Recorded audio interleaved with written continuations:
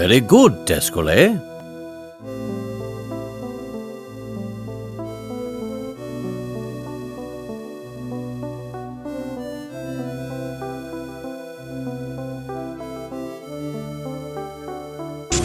Prostate.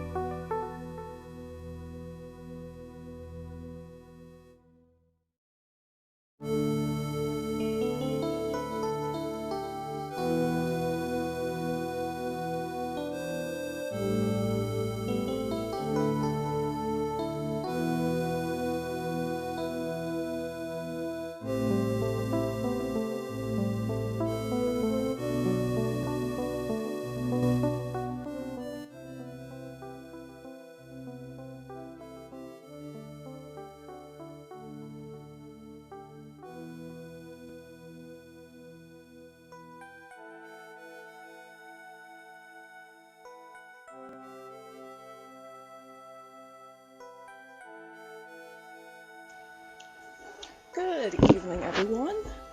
Hope you're excited for this, another brief flashback case, as well as the movie night to follow. This one is going to pack a lot of background information into a very short case, and it's all going, or almost all, going to be extremely relevant for the final case of this game, so I, hope you're taking notes. I mean, not that you have to. I'll do all the explaining that you may need, but just know that this one is going to be a case that is just chock full of foreshadowing.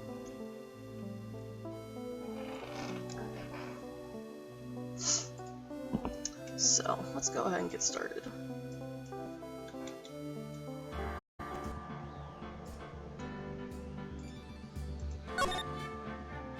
So, Turnabout Beginnings, which is so named because, at this point in the series, this is the earliest trial we ever see.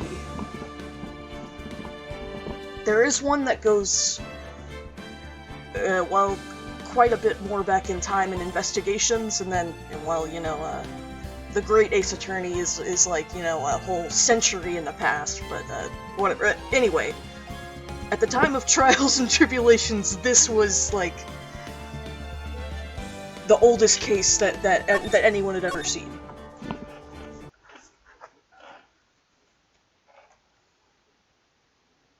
The girl. Let her go.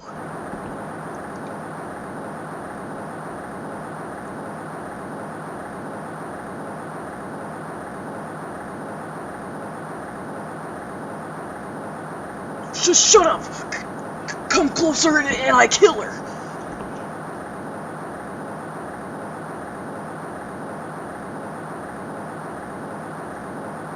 Sorry, but you're not going to get the chance.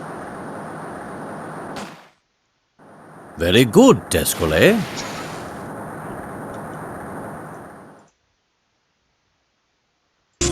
Prostate. Thank you so much. Again. I'm reading through the file of an old court case. It was the first case of my longtime mentor, Mia Fey.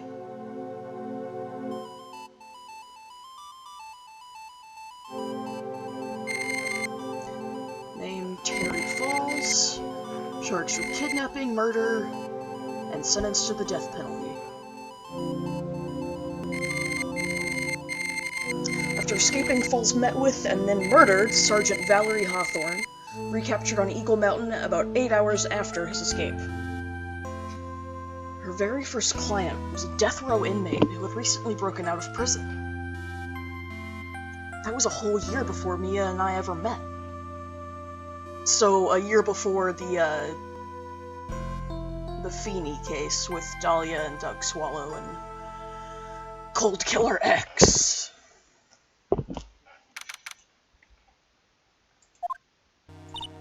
Hang on, just a moment. Well, I just realized what the problem was here. Oh, thank you for the view. Very good, Descole. Or thank you for the raid.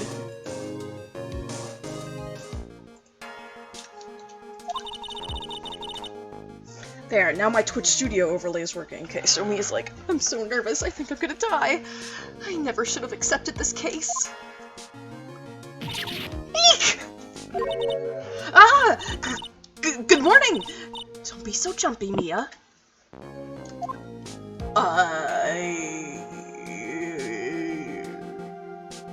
Come on, game, you can do it. Why are you freezing on me? Chill out.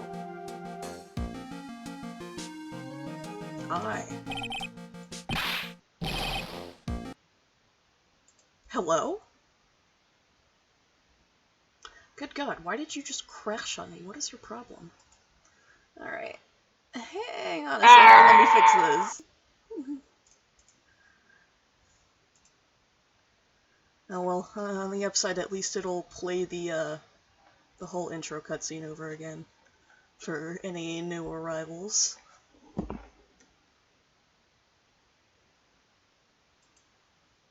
I mean, this game's already so lightweight, I don't know why it's having issues with crashing. Let's try again!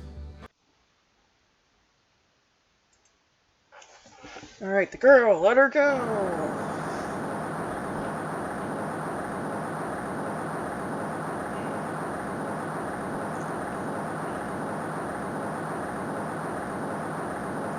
Shut up, come closer, and I'll kill her. Sorry, but you're not going to get that chance.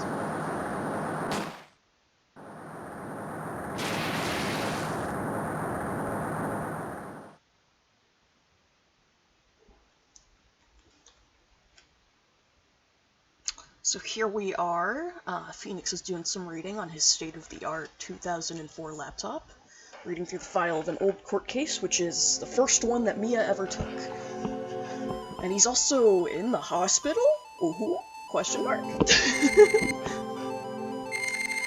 Alright.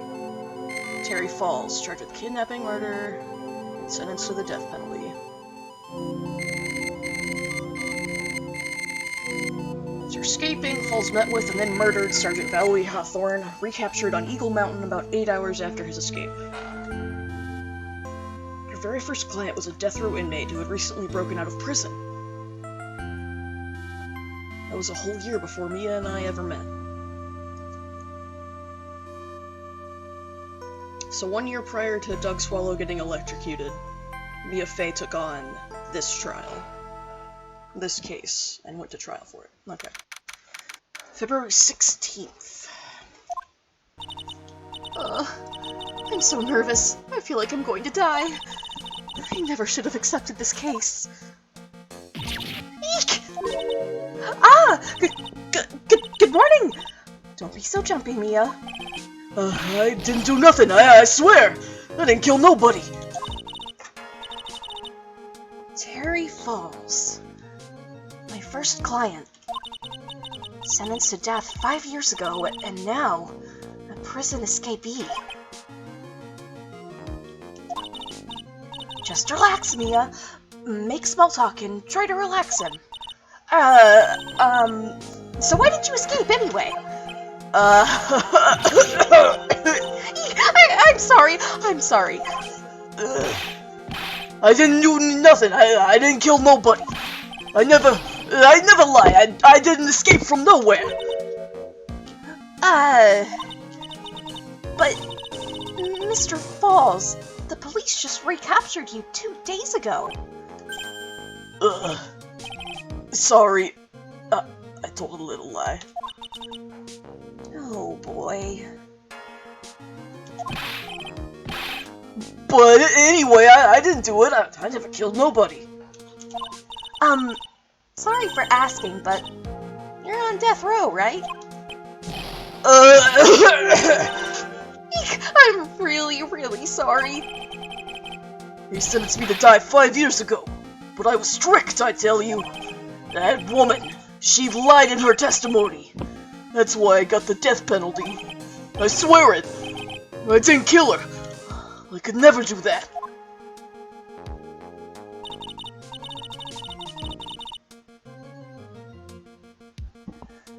Two days ago, he escaped from the police wagon when it crashed. And then about 8 hours later, a policewoman was murdered before the police could recapture him. The police believe that Terry Falls did it. After you escaped, did you meet a policewoman?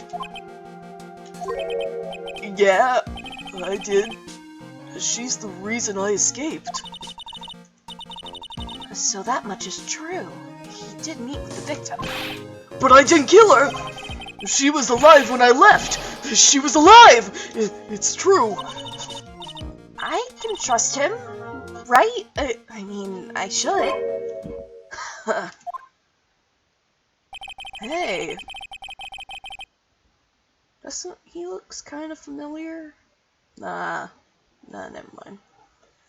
You're not gonna figure out the truth just by staring at the guy. You're...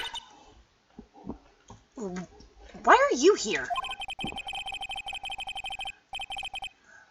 I came to see how our little kitten was doing all alone in the big, scary lion's den. I thought maybe you'd like someone to play with. Because clearly you don't own an air fryer. Where is Mr. Grossberg? That old man is probably still in bed. I bet he's clutching an empty bottle and mumbling in his sleep. Aren't I good enough? After all, it's me, Diego Armando. I didn't say... So, Diego Armando, the finest attorney at Grossberg Law Offices, is here for me? No, no, no! You've got it all wrong! Today, you're the finest. After all, it took an amazing amount of guts to take this case. Imagine, an escaped death row convict for a first client. Yeah, thanks. I sure wish I could get out of it, though. Relax. I just heard some good news. The prosecutor for today is fresh out of his diapers as well. Really? However, unlike a certain somebody who I won't mention, he's earned the reputation as a genius since beginning his law career. Genius? Well, it's about time to head in, kitten. Sharpen those claws of yours. It's go time. The solitary confinement cell for the condemned must be the world's loneliest place. And that's what my client ran away from. Every other lawyer gave up on him, but not me. When I saw those overflowing eyes and heard that simple childlike voice, I just had the feeling that he was telling the truth.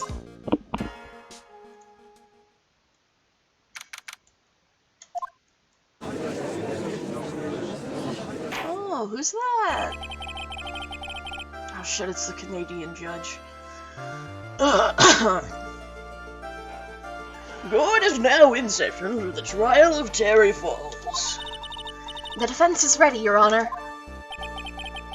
The prosecution has been ready for a while, Your Honor. I understand lawyers for both sides are newcomers? Yes, Your Honor. I'm Mia Fey. Miles Edgeworth, Your Honor. So you're the new prosecutor everyone is talking about, eh? They say you joined the prosecutor's office at quite an early age. At 20, Your Honor. Okay, anyone notice how he's dressed a lot more similarly to Manfred von Karma here? I guess our little kitten hasn't earned herself much of a reputation yet, huh? Come on, Mia. You can't lose. Not to someone younger than you. Young people running a trial. I'm not too sure how I feel about that. Now then, the defendant in this case is currently a felon on death row. 2 days ago, he escaped from a police wagon. Is that correct? Precisely. But the defendant is not on trial for escaping prison. On the day that the defendant escaped, a policewoman was murdered. So we're here to determine if Mr. Falls was responsible for her death? You got it, kid. God, I wish you would stop saying that. Well then, Mr. Edgeworth, let's hear your opening statement. Yes, Your Honor. It was 5 years ago. The defendant, Terry Falls, was sentenced to death in this very court. His crimes were kidnapping, extortion, and murder. The girl he threw off the bridge was only 14 years old. A truly horrible crime. I remember it well. There was no decisive evidence, so the trial was long and protracted. Correct. But in the end, what finally decided the case was a certain witness's testimony. A witness's testimony?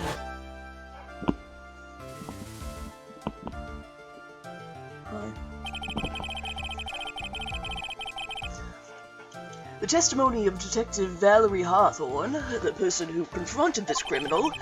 She arrested Mr. Falls at the scene and later testified against him. She said she witnessed Mr. Falls throw his young victim into the river.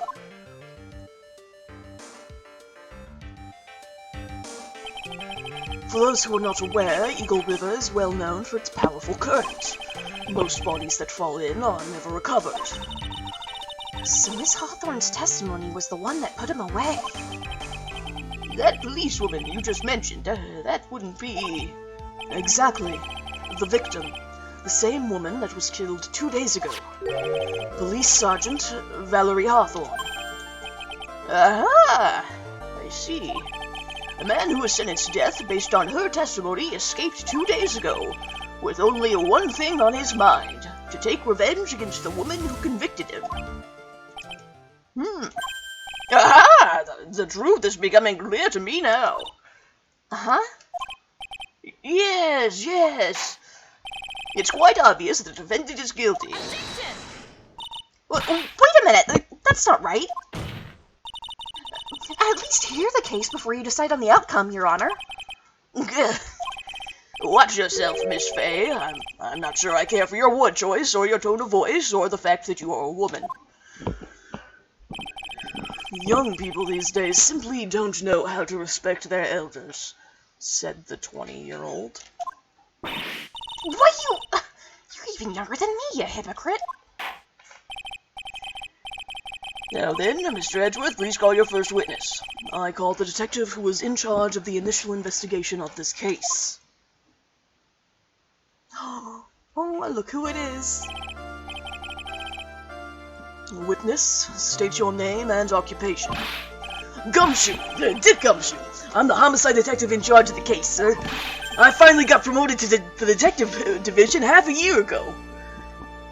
And he's wearing a different jacket to show that he's younger. And that is literally the only thing different about his appearance. I don't believe anyone asked you about that. Hey, ma'am! You got any idea how much work it takes? What is it? You're really gorgeous.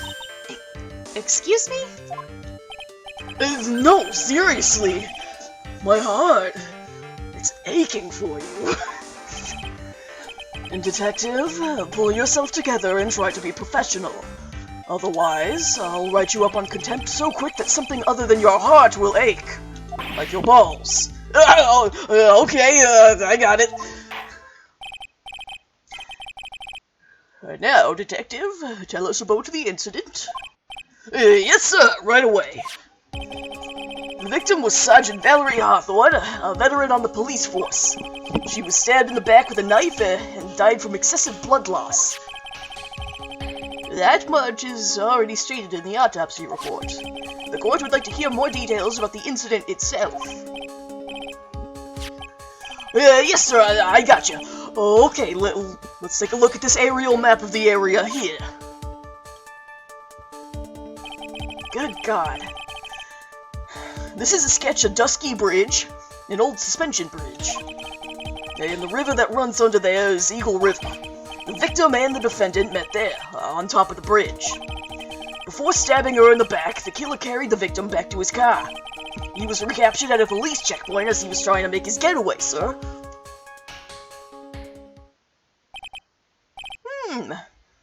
I see. So now we have a Dusky Bridge map to reference. Was the victim's blood found on the bridge? The victim, Sergeant Valerie Hawthorne, was wearing a thick coat, sir. Well, unfortunately, no traces of blood were found on the bridge. Mr. Edgeworth, I warn you that I absolutely despise conjecture. If there was no blood on the bridge, then you have no proof that they even met there. Your Honor, if you would listen to the testimony we have prepared, I'm sure you'll be convinced. And the two of them most certainly did meet on the bridge that day. Why, Mr. Edgeworth, I'm not sure I like you wagging your finger at me as though I were some hoser. Detective, proceed with your testimony. Edgeworth looks too smooth. It's true. Yes, sir. Here we go, Mia. Hang on. Okay, now, listen carefully, kid. One little mistake and this guy will drink you for morning tea. Trust me, get ready.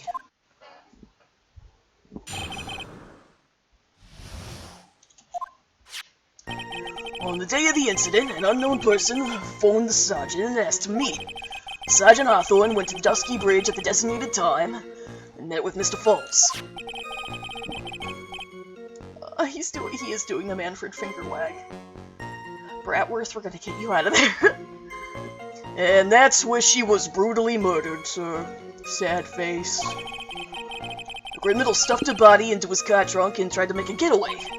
Mr. Falls was arrested at a police checkpoint we set up at the base of the mountain. Well, you certainly have established the importance of the bridge. It's 'cause his hair's shorter. I think that's what's making him smoother, because more of his face is visible. Naturally. Now, would the defense please hurry up and proceed with the cross-examination? Yes, Your Honor. Cross-examination. Coming right up. Hey, settle down there, kitten. If you keep trembling like that, you're gonna make me spill my coffee. I'm not trembling. It's just cold in here.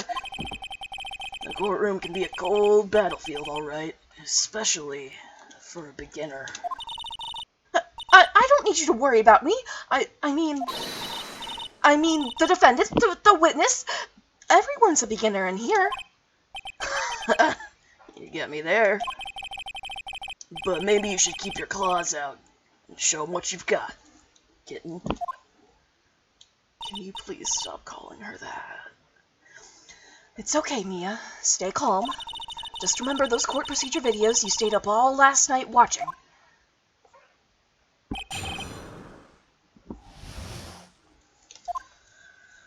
Okay, the day of the incident, an unknown person phoned the sergeant.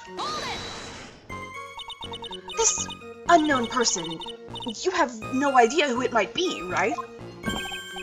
Sorry, but I'm afraid I do. What? The one who called Sergeant Hawthorne was the defendant, Terry Falls. Well, what? The defendant? The defendant called her? Sergeant Hawthorne was a very thorough person, sir.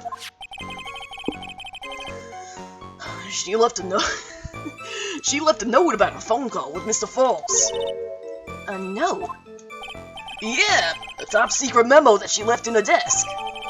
Okay, victim's note. Confidential police materials written by the victim. Hi, Octa. Good to see you.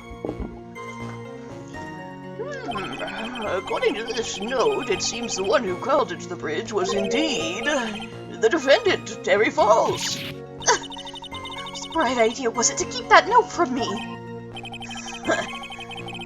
Looks like the judge is even more sure of his verdict now. Listen up. Never ask a question if you don't already know the answer. It's that detective's fault. He's the one that said unknown person. Hey now! Don't make that face at me! I just said it that way because the prosecutor told me to! Was that a trap? With that cute face, I didn't expect him to be so sneaky. She called him cute!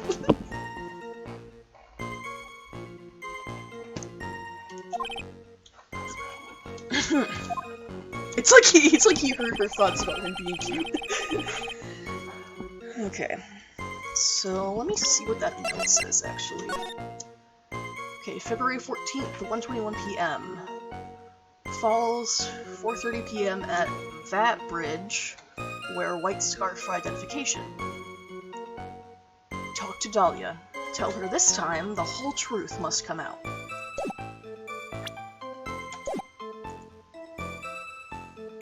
Okay. Criminal stuffed his body into his car trunk and tried to make a getaway. But how do you know that? Mr. Falls had a car then. Well, that bridge is way up in the mountains, ma'am. The defendant and the victim both went up there by car. I mean, how else, right? What? You mean the defendant drove his own car? No, of course not. It was stolen. He stole it from a young couple that had been waiting at a red light. You know, Grand Theft Auto style. Car thieves. I'm not sure how I feel about car thieves. Is this guy sure about how he feels about anything? This is a photo of the stolen car's trunk. Oh shit, there's a woman in it. Naturally, that's the body of Valerie Hawthorne in there. Whoa, that doesn't look too comfortable. Because she is dead, numbnuts. The victim. She was stabbed in the back, correct? Yeah. For some reason, men always seem to get stabbed in the back. By feminist conspiracy. We're talking about a woman here. You can't tell from this photo, but the knife was stuck in her back nice and firm. The condition of the body when it was discovered is very important information. Detective, was there anything strange or noteworthy in the trunk of the car? Here's a photo of the trunk, but I don't see anything strange, do you? Oh, where's the white scarf for identification?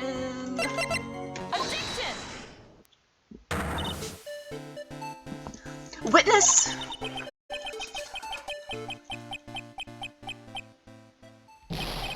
What is it? Do you have something to say, Miss Fay? I'm sorry, I totally forgot what I was going to say. This is the first time I've ever had to actually address someone like that. You should have practiced before coming to court. Honestly, Miss Fay, I'm not sure I like this. Say there, little kitten, want a piece of my coffee candy? Candy? Well, you're still too young to be drinking real coffee. What the fuck? Wait, how? Was she like 22? I don't even have her age referenceable in my folder. But Valerie Hawthorne was 23. He's 27. A bit smug. Just a bit. Miles Edgeworth is 20, and Gumshoe is the tender age of 26.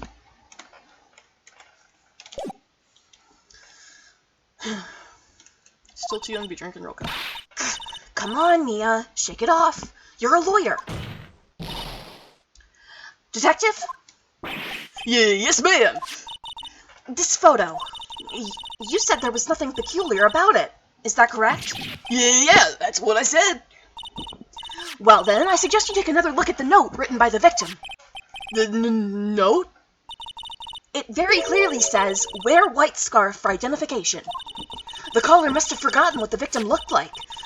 Thus, this special request. I have one very simple question for you, Detective. Where is the white scarf? I can't seem to find it in this photo.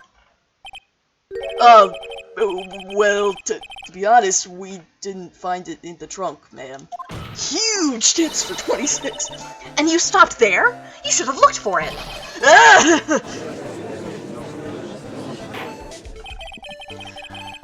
The caller told her to identify herself, so I'd expect she did just that. Well, Mr. Edgeworth, what do you have to say about this? I see the defense is a little lacking. The scarf you were searching so desperately for, is this one, perchance? Perchance. Shut the fuck up. Well, where did you find that, sir?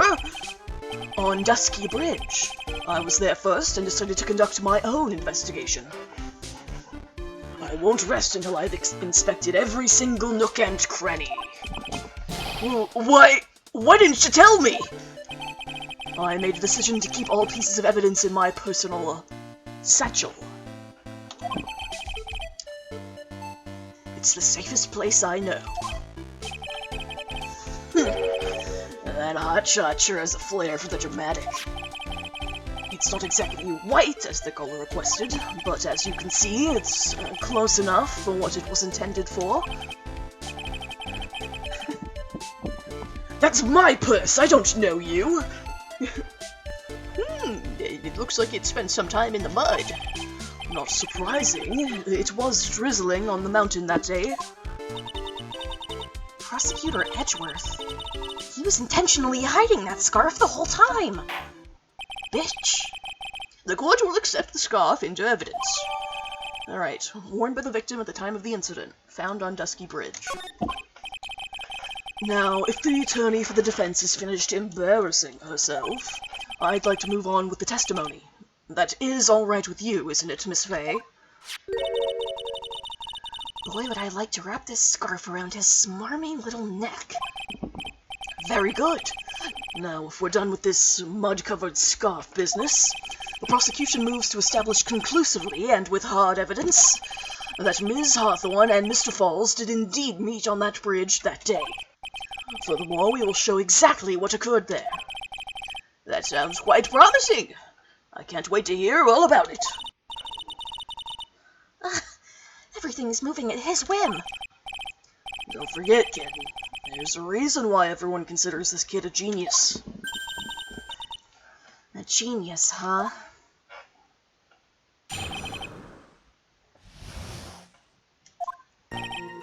Actually, there's an eyewitness who was there when the incident took place. This photo was accidentally taken by the witness. It shows the Vic wearing the scarf, sir. It was drizzling that day. Unfortunately, it's a little hard to see what's going on. Anyway, the criminal shoved the victim down from behind and stabbed her in the back. That must have been when the scarf fell off.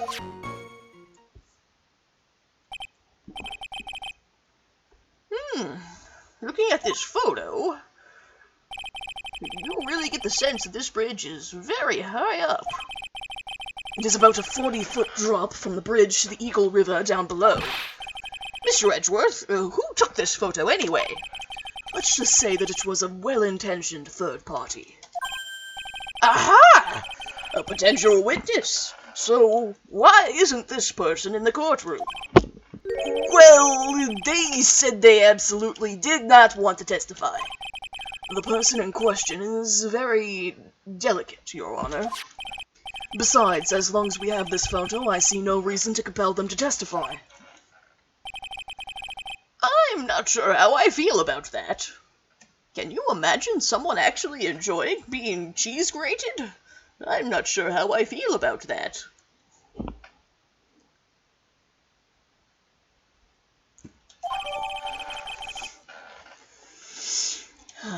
And there's one for Diego, even though he's not in this chat.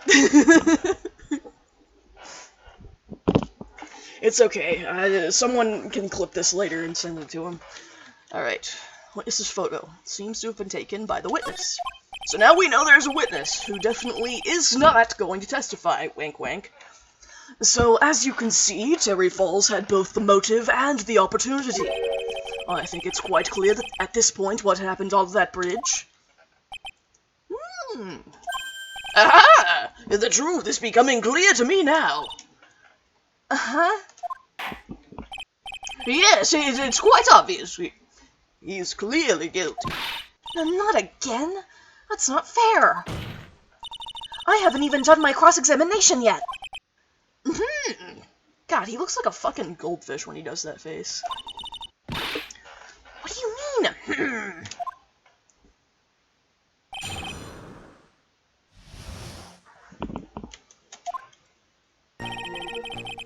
Actually, there's an eyewitness, photo taken, drizzling. The criminal shoved the victim down from behind and stabbed her in the back. Okay, but shouldn't there be... So the picture of her in the trunk. If she was pushed down onto this bridge, shouldn't the front of her coat be wet? So I'm gonna say that's kind of odd.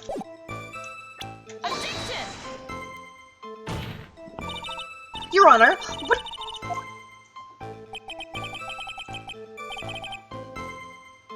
I don't think anything of it. How about you? I guess I don't think anything of it either. What the hell? Why am I in trouble for that? I'm right.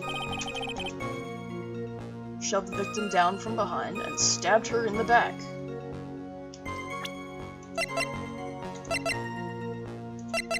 Oh, I presented the wrong photo. My bad. So at the time of the crime, there was a light drizzle coming down, correct? Yeah, and fog, too. Just a generally soggy atmosphere.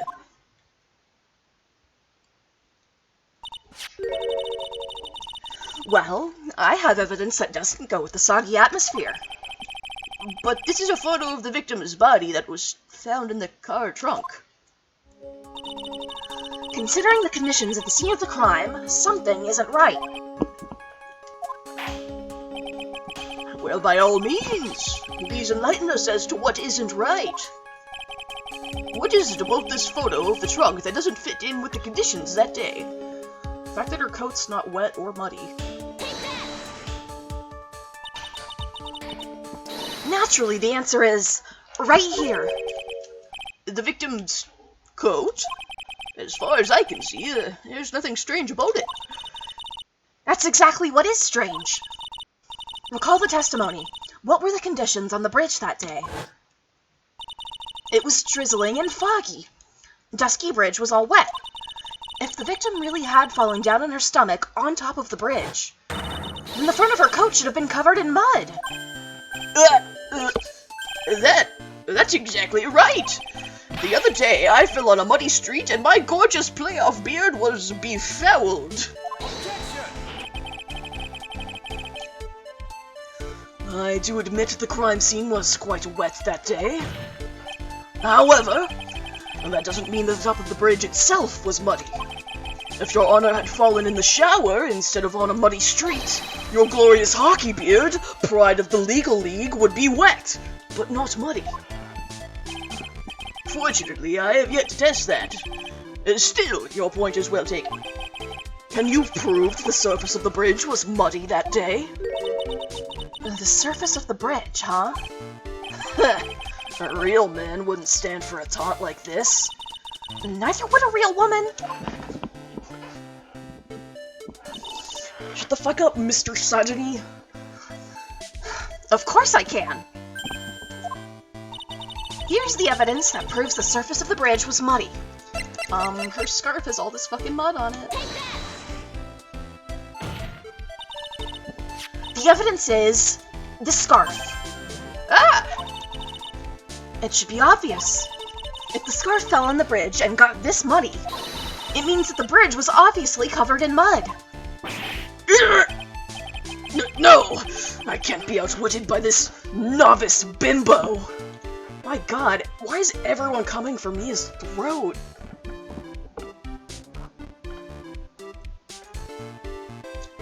Edgeworth, you're a bitch for this one. Hey! Same to you, buddy. I think you're also a novice bimbo.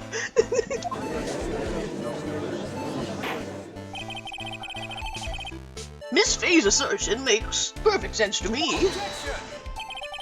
I do admit that there appears to be a contradiction between the condition of the victim's coat and her scarf. However, the real question is, why is there a contradiction?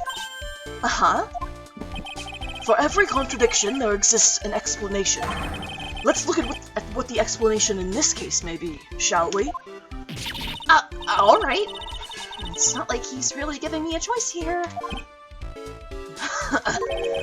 You're doing pretty well, for a little kitten. Mr. Armando! No matter what he says, a contradiction always comes down to a lie. It's either the victim discovered in the trunk, the witness's photo showing the defendant and the victim, or the witness's testimony that stated she saw the moment of the murder. Just relax and think it over. It's pretty simple, isn't it? The false evidence. It's one of those three.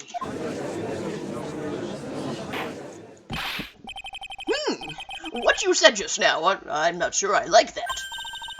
That wasn't me, Your Honor. It was the coffee aficionado over here that said it. This court is not in the habit of accepting false evidence, you know. But I'm sure it will be, give it about 6 years' time.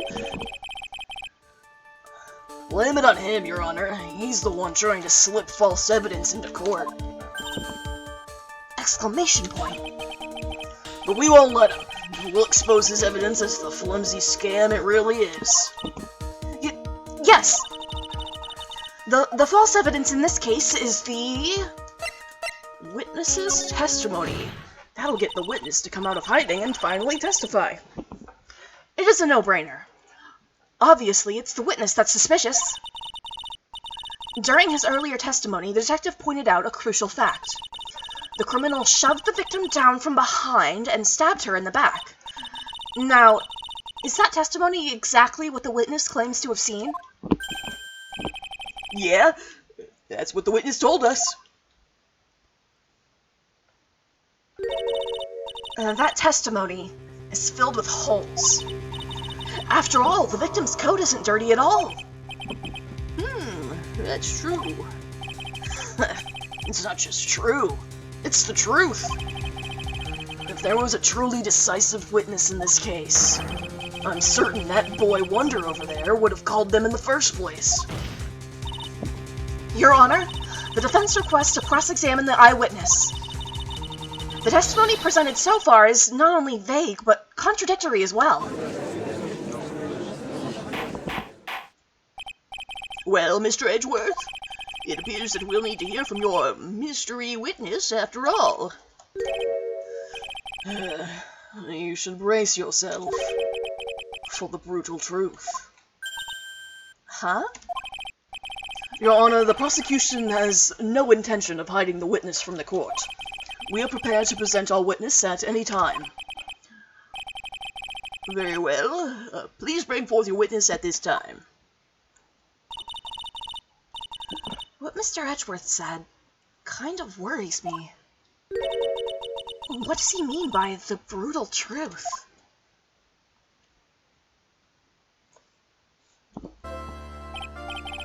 Now, let's proceed with the testimony. Mr. Edgeworth, please go right ahead. Thank you, Your Honor. The prosecution summons the woman who saw the events that day with her very own eyes. This is it, Mia. The battle begins here.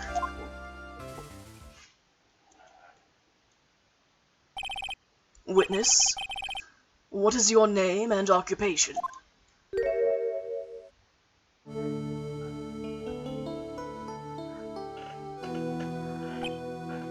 Uh-oh, sisters! Everyone is so silent that I can hear their hearts going pitter-patter. Oh. When I look at you, how can I put it? You look as scrumptious as a double-double in a dozen donut holes. I feel like I want to hurry up and hand down a verdict just to have a bite. Hey! Not so fast! As I said before, this witness is very sensitive and delicate.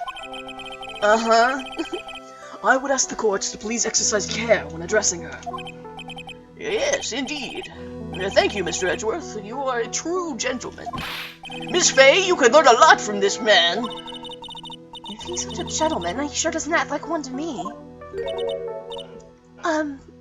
Sir? Yes, my dear? This is my first time, so I'm sure I'll make a lot of mistakes. Anyway, I just wanted to say I'm sorry for all the trouble I might cause. Not at all. It's no trouble at all. Now then, may we please have your name and occupation? My name is, Melissa Foster. I'm a college student, a freshman in the literature department. You were on the scene when the unfortunate event occurred, correct? And you were the one who took this photo? Is that accurate? How can you be so mean? Now, see here! What are you doing shoving that in her face like that?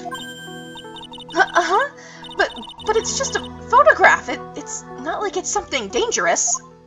Like Simon Foster? Precisely. Oh my god, does Descalay have another sibling we didn't know about? Next time, I'll be forced to penalize you. Uh-oh. I don't like the turn this has taken. Huh? Is she staring at me? And Very good, Descole. you would be? Huh? I'm the defense attorney. My name is Mia Fey. I see. So you are... Now then, young lady, could you please give us your testimony? Pretty please. Yes, Your Honor. I'll do my best.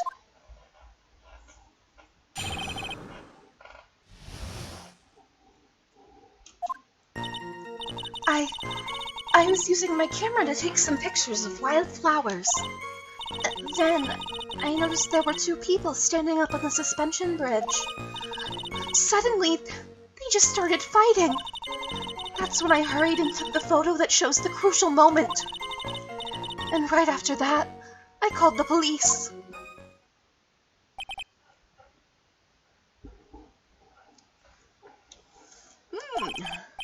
By the way, where were you standing when the incident occurred? I believe the map would be of help here. I was standing right over here. I was standing in a beautiful field, surrounded by tall cliffs. Okay, so then you have no line of sight, like you claim to. So you took the photo from that location, eh? I brought the camera I was using at the time, just like Mr. Edgeworth asked me to. Oh, what a cute camera! And that is the end of my comment on that. The pink camera. Melissa Foster took the witness's photo with this, a small but powerful model. Alright then, Miss Fey, time for your cross-examination. But I warn you, make the witness cry again and you'll feel the wrath of my gavel.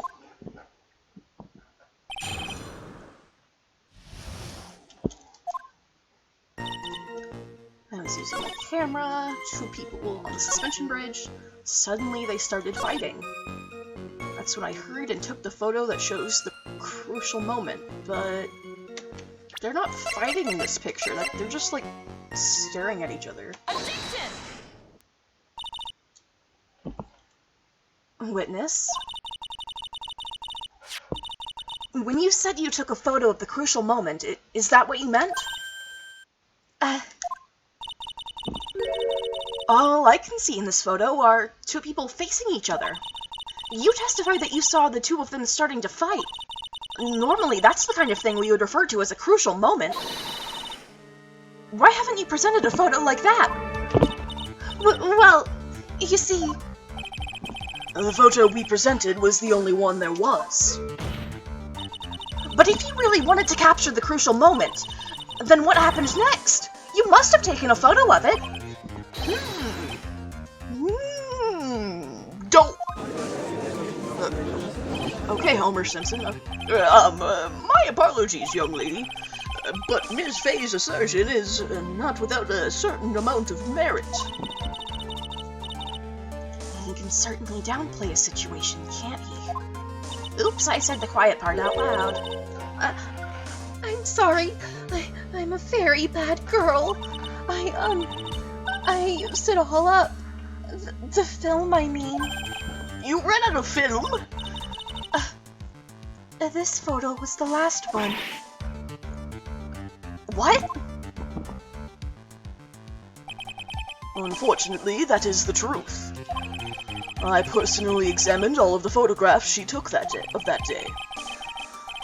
All the other photos are of the witness herself, playing among the wildflowers.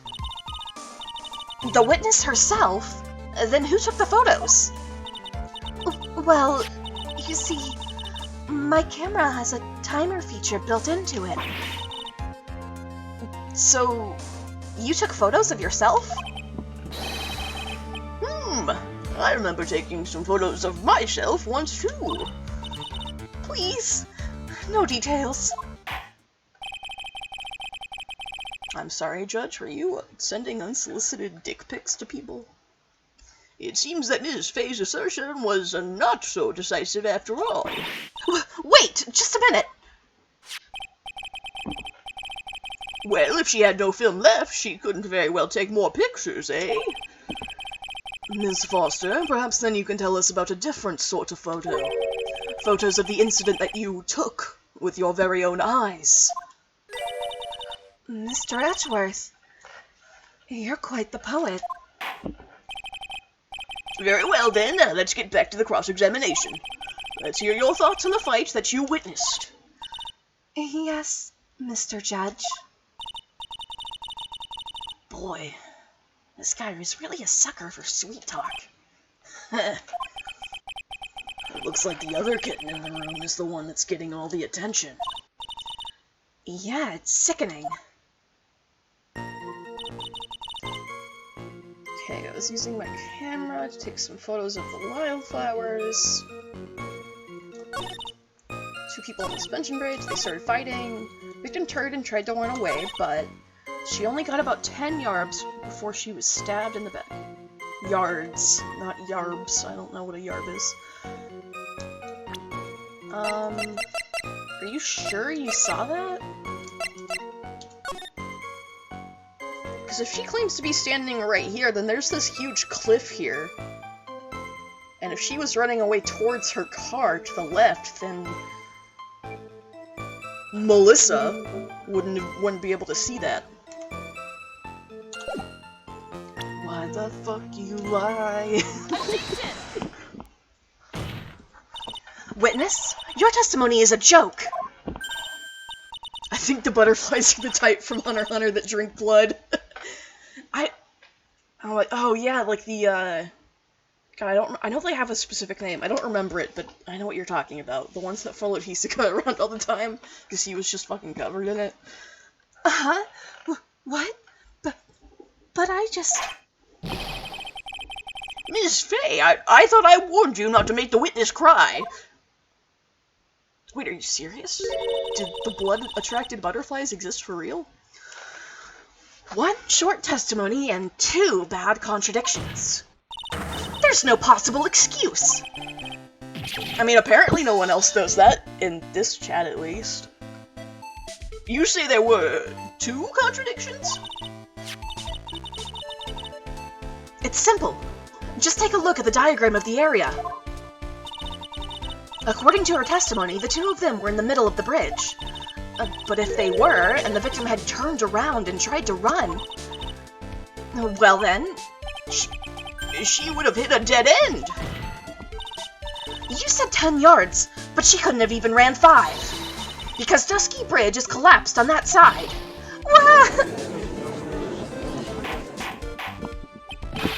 What does all this mean? Madrilineal butterfly. That's a very sexy name.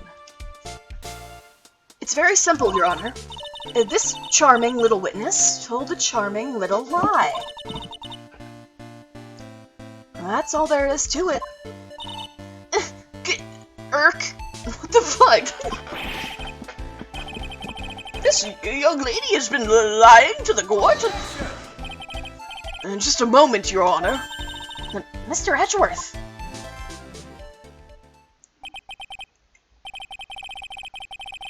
Your Honor, allow me to personally apologize for the confusion. Oh my god, people lie? Tell me it. Say it ain't so! What do you mean? You really think people would do that? Just go on the witness stand and lie? What's wrong with Edgeworth's eyes and the remaster sprites here? They're too bright and full of life? He shouldn't have anywhere near this much hope at this point in his life. There's one major mistake in this diagram. What did you say? What are you referring to? It's all because this diagram was made after the incident occurred. It's a very old bridge. We couldn't find any official blueprints of it. So you're saying... I'm saying that even though this bridge is currently in disrepair, There's no evidence that can prove that the bridge was broken during the incident. That's ridiculous! You can't actually tell the condition of the bridge from this photo. I apologize to the court for not being more clear when I presented the evidence.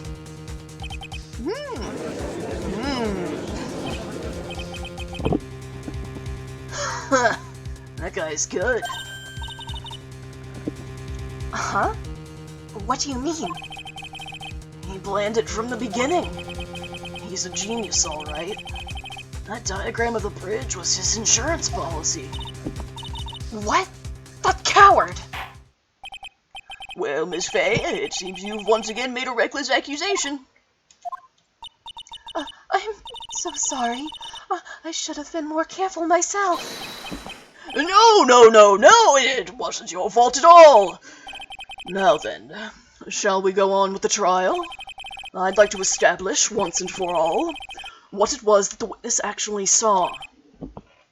Indeed. All right, young lady. May I ask you to please proceed with your testimony? But it's so hard to go on. We're all on your side, Miss Foster. There's no need to worry. Just tell us what you saw. Yes, sir.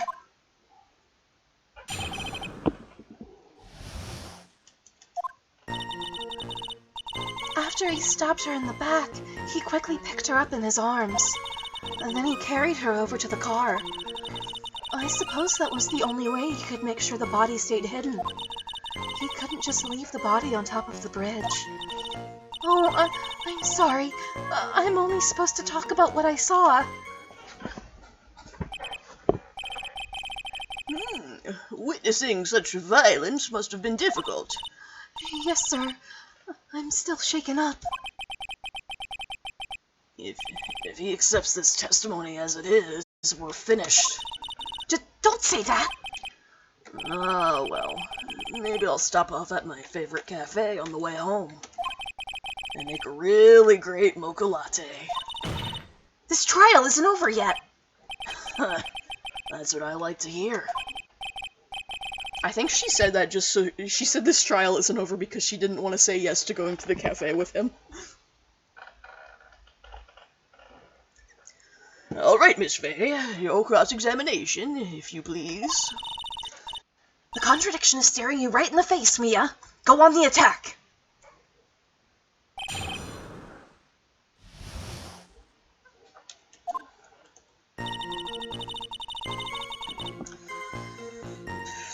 Stabbed her in the back and picked her up. Carried her over to the car. Yeah, Diego Armando sucks. Diego, my friend Diego from real life, is awesome though. I suppose that was the only way he could make sure the body stayed hidden.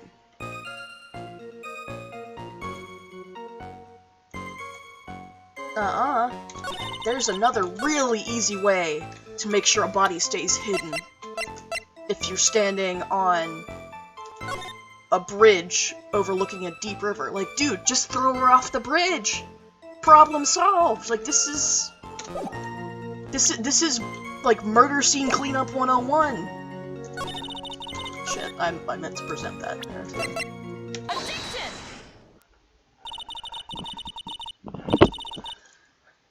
A killer not wanting his victim to be found. I can understand that. However, the idea of moving the body for that purpose is clearly odd. There was a much easier way to make sure the body wasn't found. Well, what is it? Take another look at the map of the area, and you'll see how. There's a river right below the bridge. Earlier, Mr. Edgeworth pointed out something interesting about the river. For those who are not aware, Eagle River is well known for its powerful current. Most bodies that fall in are never recovered. Ah!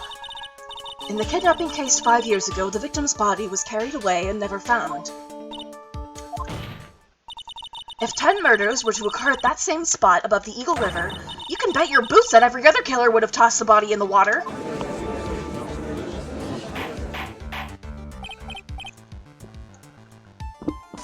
Order? I'm not sure if I care for the way you put that, Miss Faye, but I must admit it does seem odd not to have thrown the body into the river. Oh. Well, Mr. Edgeworth? How sad. Perhaps Miss Fay would do well to try taking a dip in the river herself. After all, you claim to be such an expert in the ways of nature. What are you talking about? My point is that no matter how odd you may find the killer's method of body disposal, the fact is that this is what the killer did. None of your arguments have anything to do with what the witness saw. Quite true. Miss Fay, it seems that your assertion is without merit after all. Objection! Fuck you! But what the witness claims to have seen is totally ridiculous! Surely you can't deny that the body was found in the trunk of the car. That's certainly consistent with what the witness has told us. Please, witness, go on with your testimony.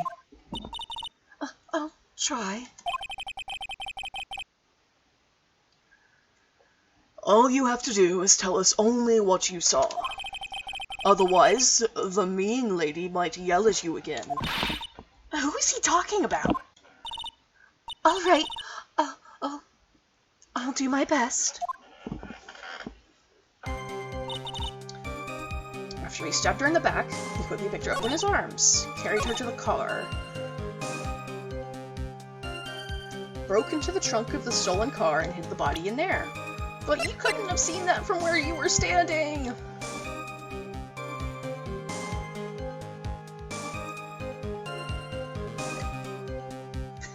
You think Phoenix... Okay, yeah, sorry, that message just went away on my screen, but yeah, I'm pretty sure Mia was shocked. She's like, you fell in love with that little turd? Okay, so once again, she's claiming she was standing over here behind this cliff, and then she somehow saw the guy go over to the car. That doesn't add up.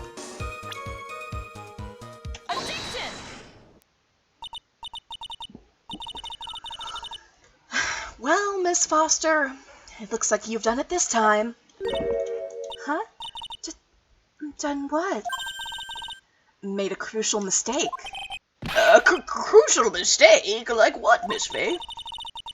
The killer broke into the trunk of the stolen car and hid the body in there. You're saying you saw that, right? With your very own eyes? Yes. And? It's simple, Miss Foster. Take a look at the diagram. The place you claim to have taken the photo from that day is here. Do you see what I mean? Even if you tried to see the car, this outcropping of rock is directly in the way. That's right, Miss Foster. From where you were standing, you could not have possibly seen the killer's car. I admit that the diagram shows a large outcropping of rock. However, it isn't so tall that it would stop her from seeing the car. That's right. It's not high at all. I was able to see his car just fine. I'm so sorry, but that just doesn't wash. I believe it was the witness who presented this as evidence to the court, yes? This is the location that the photo was taken from. Your own photo tells the whole story. You can clearly see the left side of the bridge, but the outcropping that is being referred to that is really more like a cliff. Ah! Your view should have been completely cut off by this cliff, but still you claim to have been able to see the killer's car. No!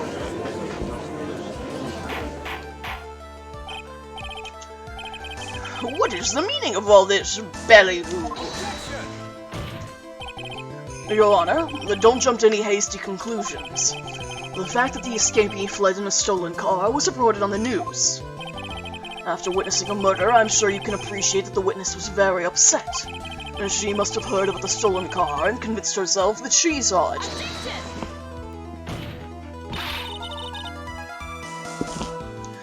But she was repeatedly warned before starting her testimony. She was told to testify only about what she saw with her own eyes. Oh! Mr. Judge? What is it? I think I must have remembered things wrong.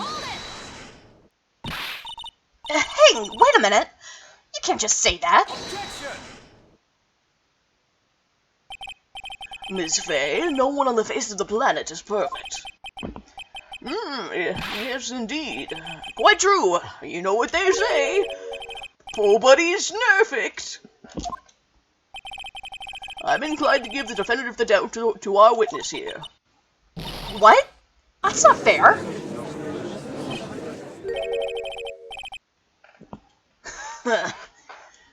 Save the tears for later, kitten. But Mr. Armando, with all due respect, which is to say none at all, shut the fuck up! Don't look back until the trial is over. Now's the time to go forward. But that wasn't fair! Okay, kitten, you need to relax. Then you need to remember. The other kitten's testimony. Oh my god, can you just say, like, girl, or woman, or lady, or femoid, even? Just stop saying kitten! The killer broke into the trunk of the stolen car and hid the body in there. So tell me, how did she know that? How did she know that he broke into the trunk? Aha! Well, Miss Foster, until you can explain how you knew that, you're going to have a lot of very suspicious people on this side of the courtroom. Well, witness? Well, I'm certain that he broke into the trunk because there were marks left on the trunk lid. I'm certain they were scratch marks from when he broke into it. What? Let me see that photo. Mod that replaces every instance of kitten with coworker I respect. It's true. Those certainly look like scratch marks around the keyhole. It's obvious that this trunk has been broken open. Well, Miss Faye, are you satisfied? The judge is on her side. I can't make any mistakes here. What she just said. Is there a contradiction in there somewhere? It don't work. Melissa Foster, it looks like you finally betrayed yourself. What? You said you were in a field taking photos of wild flowers. But even so, you knew about the scratches. The question is when? When did you get a chance to see those scratches? Finally! I finally got her! I'm getting pretty tired of waiting over here. Then perhaps it would be faster if Miss Faye explained herself. Your Honor, there's only one possible explanation. The reason the witness had seen the scratches was... she put the corpse in herself. There's only one way that the witness had the chance to see those scratches. Yes, what is it? Naturally, when she opened the trunk and stuffed the corpse in herself. The person who really hid the body in the trunk of that car was Melissa Foster. It was you that did it, wasn't it? That's ridiculous! I could never! It was the man in the prison garb. He's the one that... I don't think so, Miss Foster. If Mr. Falls had been the one that put the corpse in the trunk, he would have simply used the car key. There was no need to break it open. But he stole the car. He stole it from a young couple that had been waiting at a red light. Which means that the key would have still been in the ignition. Oh, I see.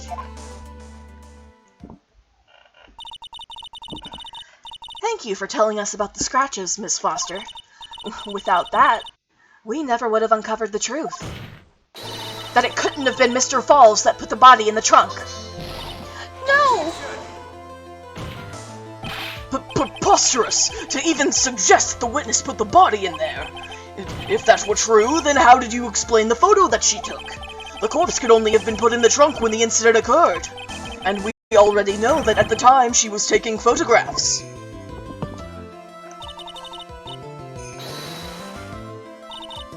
Now is your chance, Mia. Finish this thing. On the contrary, I'm not so certain about that anymore, Mr. Edgeworth. There's no need to think too deeply about it. What I'm saying is the shutter for this may not have been pushed by Miss Foster herself, because it has a self-timer. Let's take another look at this camera and see what features it has, shall we? It has a timer built into it, even a mini tripod. Why, it's almost as if she had brought this camera just to take this picture.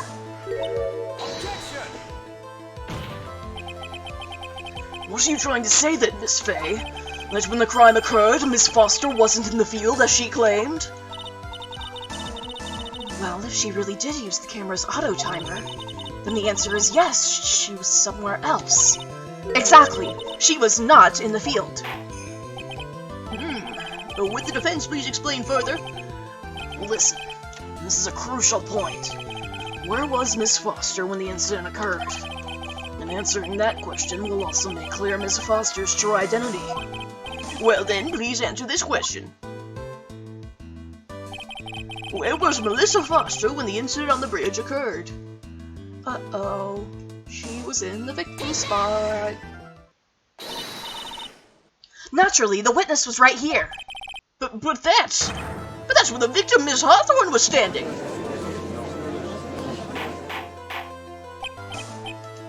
Miss Fay, what on earth? Your Honor, if I may. After parting with the victim on the bridge, the defendant fled by car. But this would mean that there was no time to put the victim in the trunk. In other words, if someone put the body in the trunk, it could only have been before the defendant met the victim. How asinine! Of course Mr. Falls met with the victim. The only person with the opportunity to have put the victim in the trunk is the same man that killed her, Terry Falls. You still don't understand, do you, Mr. Edgeworth? By the time the witness's photo was taken, the victim was already dead. The person in the photo was not Valerie Hawthorne. What? I've never heard anything more ridiculous in my entire life. And then that's basically exactly how the whole photo situation is going to work out with him in DL6. And who exactly is the victim in this photo? It's obvious, isn't it? It's your own witness. What? It's the only possible explanation. The woman that Mr. Falls met on the bridge that day was not Valerie Hawthorne. It was you, Melissa Foster. Me? Let's remember that it was raining and foggy on the mountain that day. Mr. Falls himself believed that the woman in front of him was Valerie Hawthorne. But the defendant knew Valerie Hawthorne very well. After all, she was the woman whose testimony helped get him convicted. But since then, my client has spent 5 hard years in a federal penitentiary. He couldn't remember exactly what she looked like anymore. You were just making this up as you go along. Where's your proof? I've got it all right here. This piece of evidence will blow this case wide open. At the time of the incident, Mr. Falls had forgotten what Valerie Hawthorne looked like, because he asked her to wear a scarf.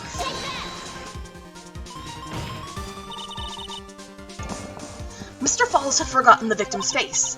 That's why he needed some piece of identification, namely this muddy scarf. It was Mr. Falls who requested that she wear this scarf to identify herself. That's already been proven by the note the victim left. In other words, as long as you were wearing a scarf like he asked, anyone could have pretended to be Valerie Hawthorne. Well, what do you have to say to that, Melissa Foster? No! And then she teleported away. Oh no, wait, she fainted. Never mind.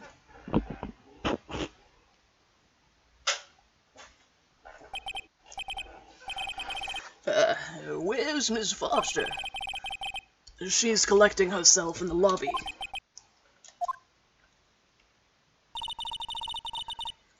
It's obvious that Melissa Foster did it. She hid the body in the trunk and disguised herself as the victim. She set up the camera to snap a fake photo of them together. The only question is, why did she do it? Well, isn't that obvious? She's the real culprit. Well, we'll have to wait for Miss Foster to compose herself before we start again. Until then, this court is in recess. The defense and the prosecution are both to wait in their respective lobbies. Yes, Your Honor. Understood. Very well, this court is in recess.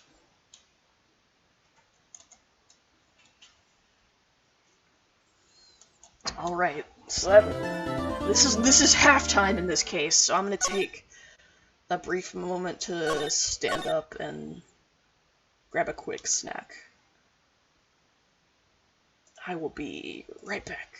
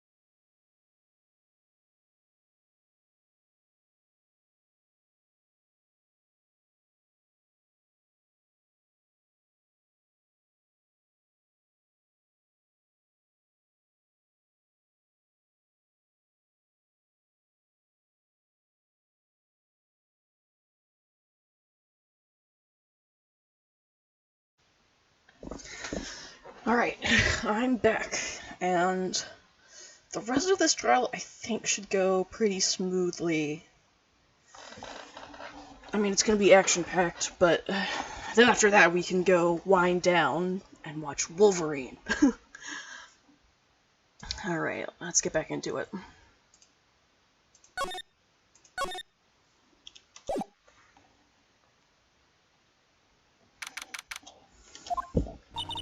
Mr. Falls, I'm sorry. I'm so sorry. I wanted to say thanks.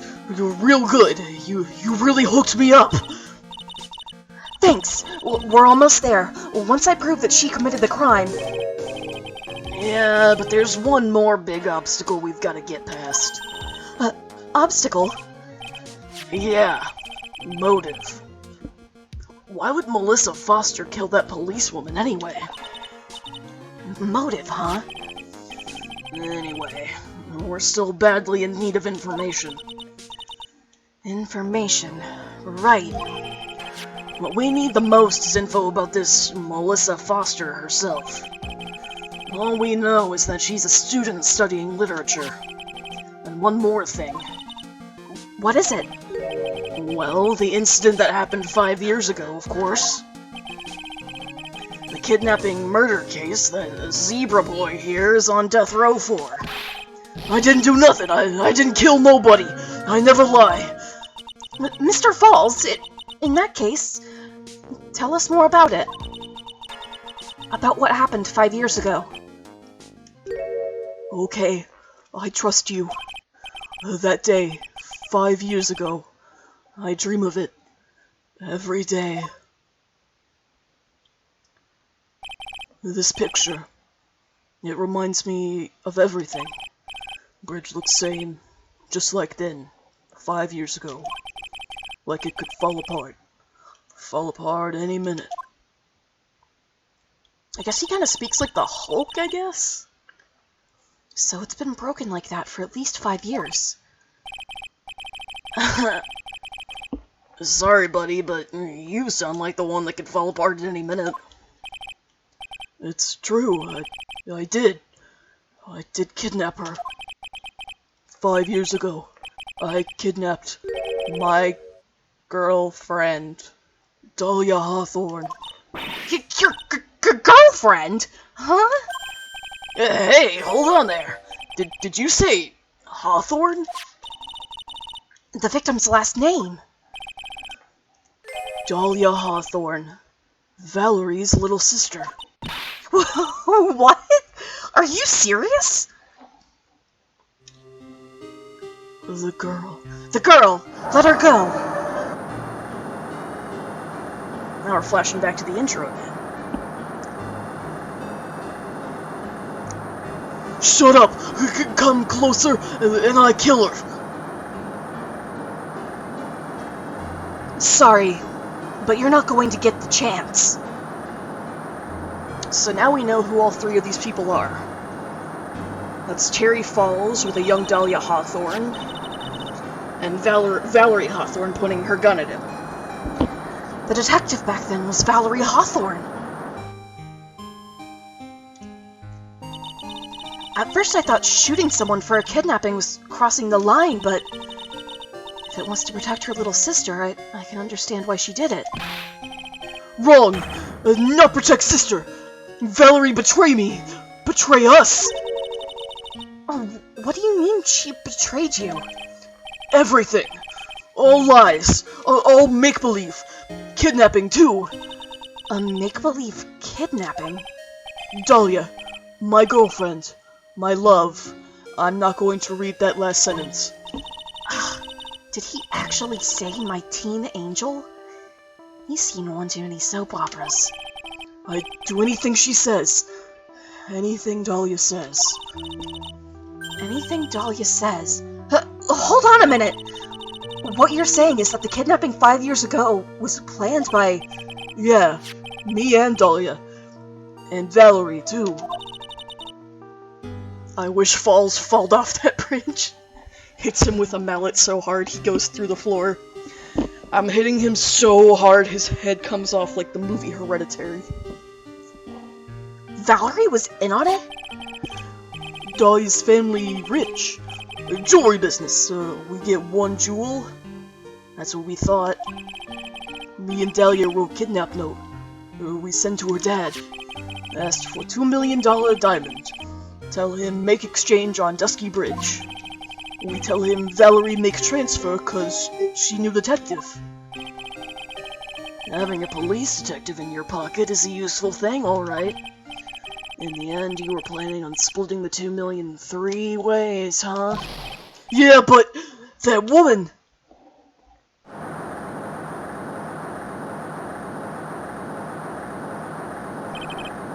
That woman, Valerie, she do it for real. She shoot at me for real, me and Dahlia.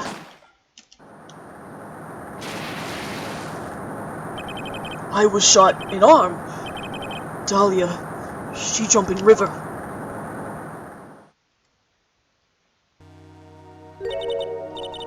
Jump? You don't mean she jumped on purpose, do you? I couldn't do it. I could never push her. Anyway, I blacked out. Wake up with police all over. And that's when they decided to give you the death sentence. I couldn't believe it. That woman, she betrayed me.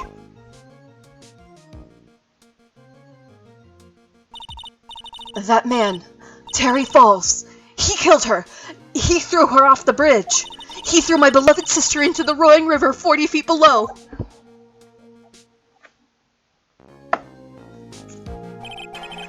These 5 years, all I wonder is, why? Why? Why? Why? Why did she lie? That's all I want to know. So that's why you called her. You wanted to hear the truth from Valerie herself. Yes, but I forget what she looked like, so I tell her to wear scarf. I don't want to hurt her. Just ask why. Why? Why did you lie? Why did you betray me? I just want to hear answer come from her mouth. That's all.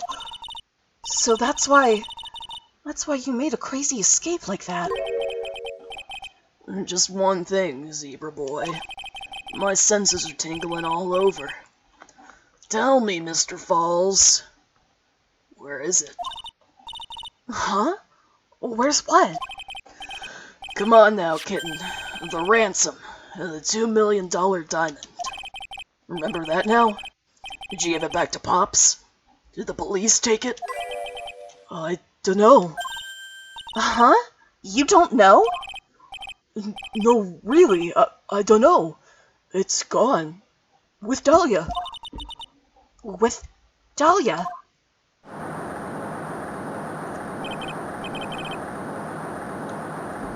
That day, on the bridge. Dahlia put it in backpack.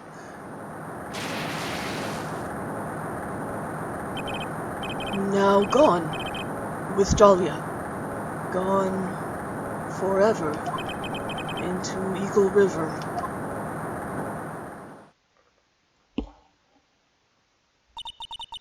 It disappeared with Dahlia, huh? Wait a minute. You can come back in now, we're about ready to go. Mr. Falls, just one more question. When you said with Dahlia, do you mean the diamond is still missing? Along with the body of Dahlia Hawthorne? Never found her, my sweet Dahlia. They never found her. Swallowed by river. Gone. Poor Dahlia. Your teen angel? How old was she anyway? Just 14. Stop! 14? I guess you were robbing cradles before diamonds. She plans a fake kidnapping and disappears into the river with a rock worth 2 million.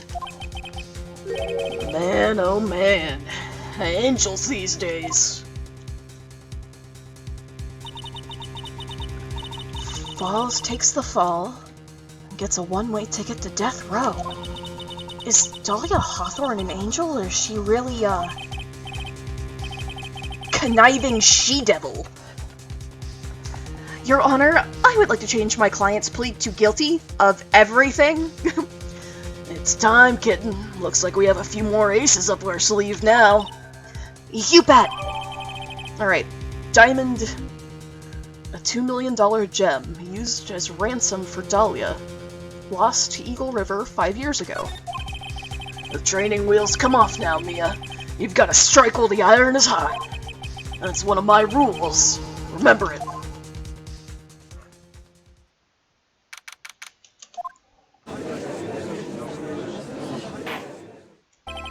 Now then, let's continue with the trial of Mr. Terry Falls. This trope in media of teen girls being evil masterminds that manipulate nasty old men into being nasty is really, I agree. It's, And honestly, did Dahlia Hawthorne really do anything wrong? Witness, are you feeling better? Yes, Your Honor. I'll try my best. You're a brave young lady. Not this again. I can understand a defense lawyer wanting to get her client off the hook. However, to try to pin the crime on an innocent student is... What are you talking about? My witness is not the person on trial here. She's an innocent bystander who witnessed a violent crime. That's all. What possible reason would a girl like this have for murdering a policewoman?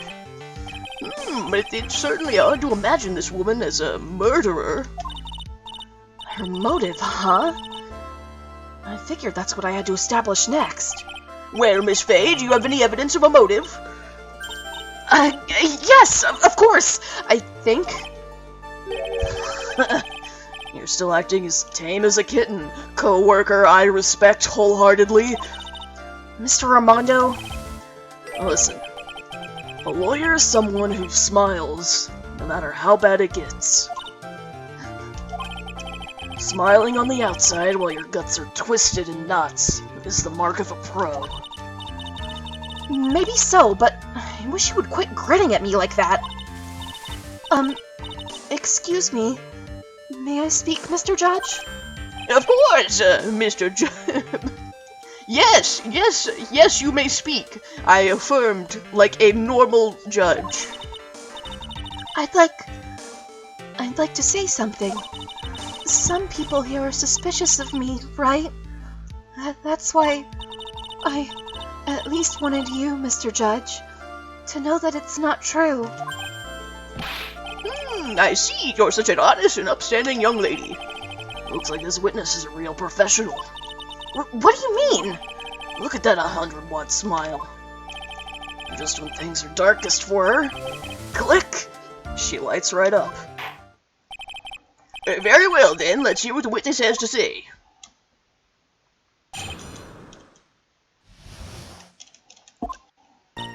I was out of the country until the year before last. Until I entered college, I had never even been to Eagle Mountain before. And I certainly don't have any reason for wanting to hurt a police officer. Holding a grudge and killing the officer who testified against you 5 years ago. Or kidnapping a poor girl. I just think the defendant is a terrible, horrible monster. Out of the country, eh? Precisely. Furthermore, she has no possible motive for committing murder. Indeed. You're up to bat, kitten. Sharpen those claws and put on your best smile. You bet! Somehow I have to tie her to this case. Okay. Okay, so why do you know about that case? A grudge? Well, the policewoman's testimony was crucial, wasn't it? Crucial in getting the defendant sentenced to death. Yes, and that's precisely why he harbored such deep anger against her. So much anger that he forgot his own guilt. My client has always maintained that he's innocent of those charges. He seems rather forgetful. Your client, I mean. Not only did he forget about what he did, but he forgot the poor policewoman as well. What do you mean by that? Your client. he forgot what the detective looked like, right? It's too bad for her that he didn't forget about her testimony as well. Well, she's right about that. Mr. Falls is kind of forgetful. You said he forgot what the detective looked like. What did you mean by that? Well, he couldn't tell who she was without some kind of identification, right? Quite right. That's why the victim was wearing a scarf as identification.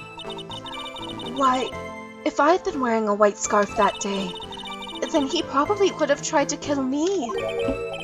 That's true. He's clearly a bitter man. This is bad. Mr. Falls' reputation just keeps getting worse and worse. Sometimes it's best not to poke too deep. What should I do with that last statement? Add it to the testimony. Your Honor, what the witness just said now was tremendously important. I'd like to add it to the official testimony. The prosecution has no objection. After all, the defendant is a killer and a mentally unbalanced one at that. That testimony only helps to further prove that point. No, that's not why Enough! Witness, if you would. My pleasure, Mr. Judge. I guess I'm lucky I wasn't wearing a white scarf. Oh, but isn't the scarf more blue than white? Witness, I want you to look at this photo you took. It's hard to see in the photo, but look at the scarf the victim wore as identification. Are you talking about this scarf right here, eh? Yes, that's it. The scarf the policewoman was wearing. I've got her now. Just don't mess up. But that's strange. In your testimony, you stated the following. I guess I'm lucky I wasn't wearing a white scarf. White? This is the scarf you identified as belonging to the victim. But it certainly doesn't look white to me. Oh!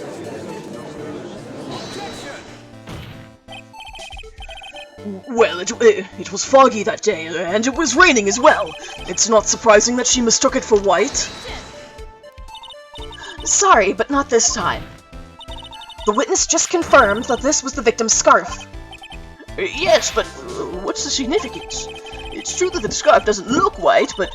There's only one explanation for this mix-up. The reason why the witness thought the scarf was white is... because she saw the victim's note. Witness, have you ever seen this note? No, no, never. It's top secret evidence. There's no reason that you would have. I wonder about that. What do you mean? This note shows Mr. Falls' instructions to the victim regarding their meeting. It says, wear a white scarf for identification. White scarf? Ugh! Witness, you knew what this note said, and it's because you knew that you slipped up and mistakenly said white scarf. Well, Miss Foster? No!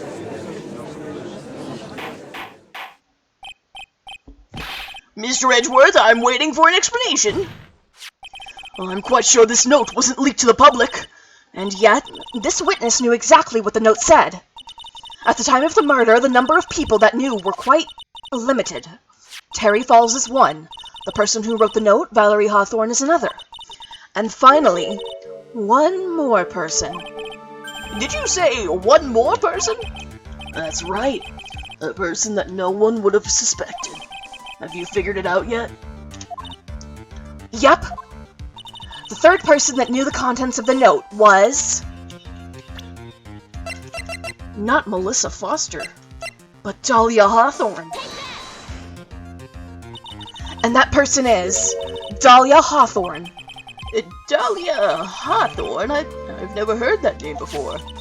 Look at the victim's note. This is what it says. Talk to Dahlia. Tell her this time. This is her name, right there.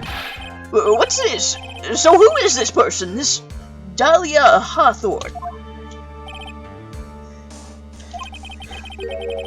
Miss Fay must be desperate if she's trying to bring the dead back to life. Dead? Dahlia Hawthorne was the victim's deceased younger sister. She was killed in a crime 5 years ago. Killed in a crime? You don't mean... Okay, usually, like, most of the time when people are killed, it's de facto a crime. Yes, she was kidnapped and killed by Terry Falls.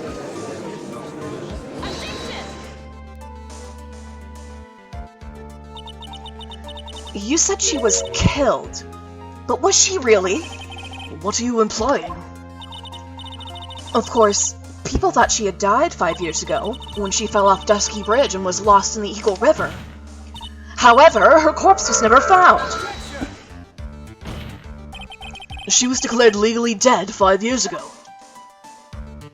As far as the law is concerned, Dahlia Hawthorne is officially dead. But the fact remains that her body was never recovered. Dahlia Hawthorne was 14 years old 5 years ago. If she were still alive, she would be 19 now. Melissa Foster? I believe the same age you are. Even you couldn't... Miss Faye, you're not saying... But I am. That's precisely what I'm saying. This witness before us is the girl that was kidnapped and killed 5 years ago. This girl is in fact Miss Dahlia Hawthorne. What?!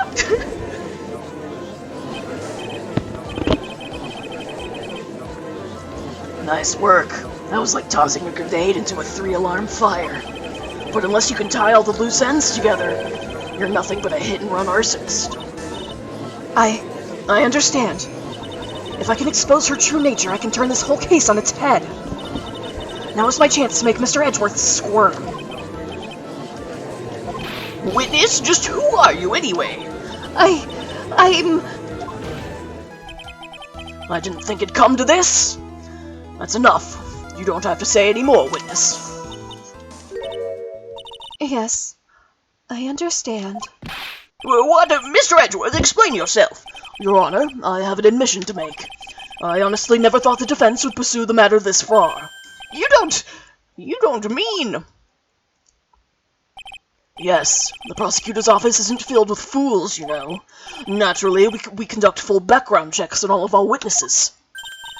What did he say? It looks like the kid knew. He knew her true identity from the get-go. No way, but then why? If you hadn't revealed her secret, he wasn't going to say anything about it. All he wanted was her testimony. So we made a little trade. Let me introduce you to the victim's younger sister, Miss Dahlia Hawthorne. But I thought she died 5 years ago. We thought so as well, but, well, as you can see... Why? Why did she hide her identity for 5 years? That has nothing to do with the current case. She was merely an accidental witness to a crime. Accidental?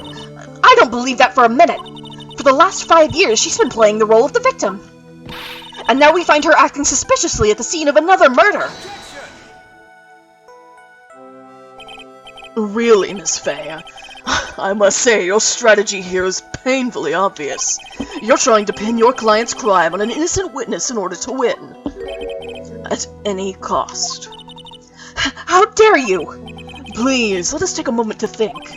5 years ago, this girl was kidnapped and nearly killed. But even worse than that, 5 years later, Dahlia Hawthorne lost something much more precious. Her big sister. Miss Faye must be insane to even suggest that she murdered her. What? I'm inclined to agree with the prosecutor's logic. Miss Faye, do you have any evidence to back up your assertion? What possible reason would this witness have for killing her beloved sister? Well, you see, I thought I was winning, but somehow he's turned it around on me. I think you need a little push in the right direction. The defense is prepared to present evidence supporting our claim.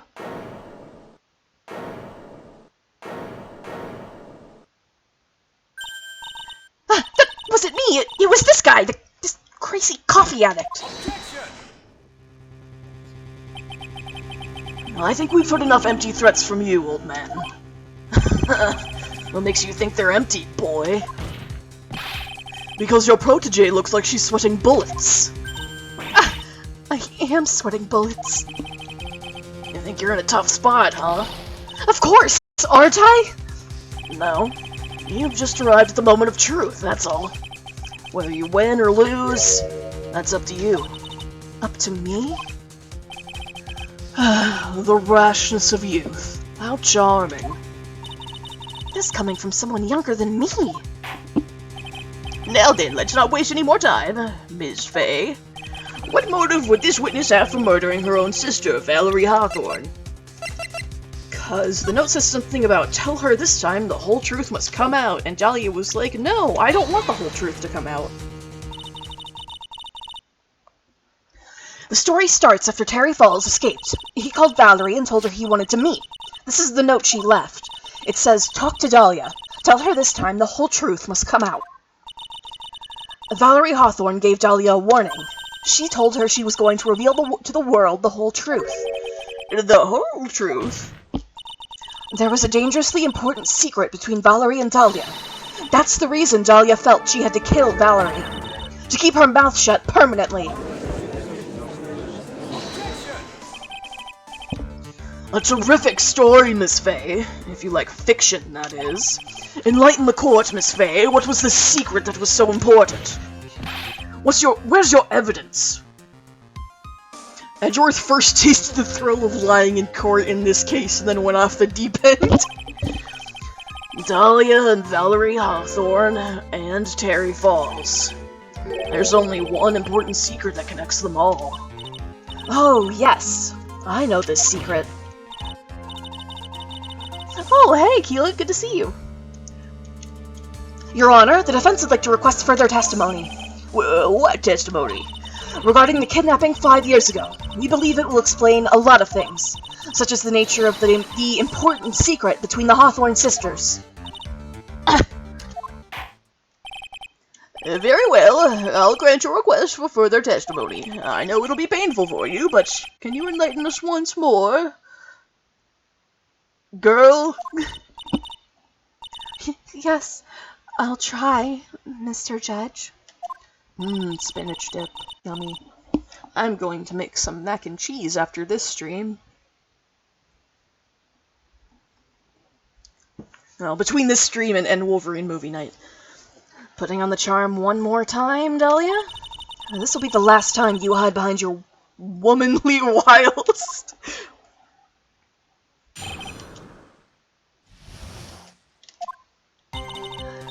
5 years ago, I was kidnapped by Mr. Falls. Making mac and cheese in the microwave. Oh my god. Cheddar Z Cheese's sibling. Microwave.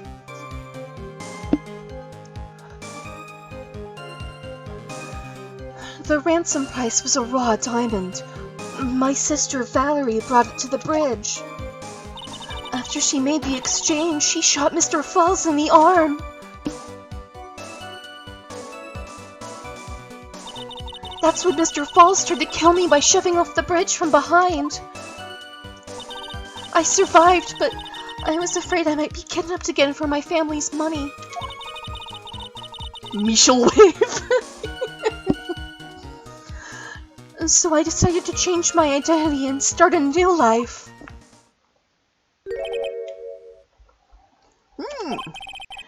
The kidnapping left her emotionally scarred. With her sister's help, she left the Hawthorne family and started all over again. And we're to believe after all that she murdered her sister? Preposterous! Thank you, Mr. Edgeworth. I'm eating a cold McDonald's sandwich. It needs microwave. What kind of McDonald's sandwich? Did you get a McChicken? A fillet of fish? What you got there? Yes, Your Honor? As you've heard, the witness is still traumatized from the kidnapping. I'll ask you again to be extremely gentle in your cross-examination. McChicken. Nice. Mr. Edgeworth got the jump on me again. If we're not allowed to fight, then let's twist some arms. Listen up. We've still got that info. That ace up our sleeve. If I get a Filet-O-Fish, put me down. Okay, literally, like, no one in my entire life that I have ever talked to has ever gotten a Filet-O-Fish. Like, I think they're on the menu, like, as a joke or something. What info? Come on, coworker I respect. Don't say you've forgotten already. The fact the kidnapping 5 years ago was staged. That's right, it was a fake kidnapping. Terry Falls told us that in the lobby. I do anything she says.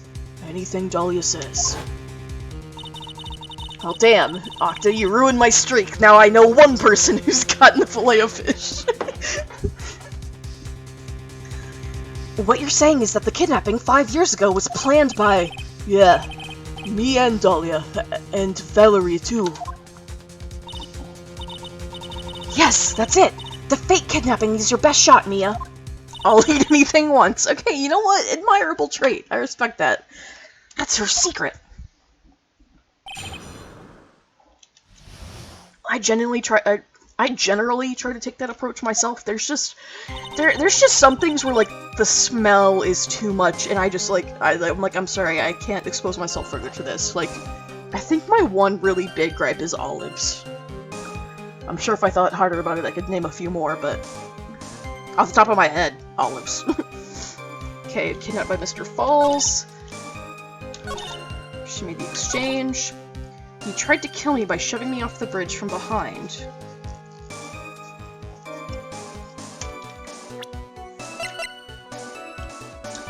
Time to use Old Faithful! You say that Mr. Falls pushed you into the Eagle River. However, that's hard to believe. But it's true! I felt a push on my back.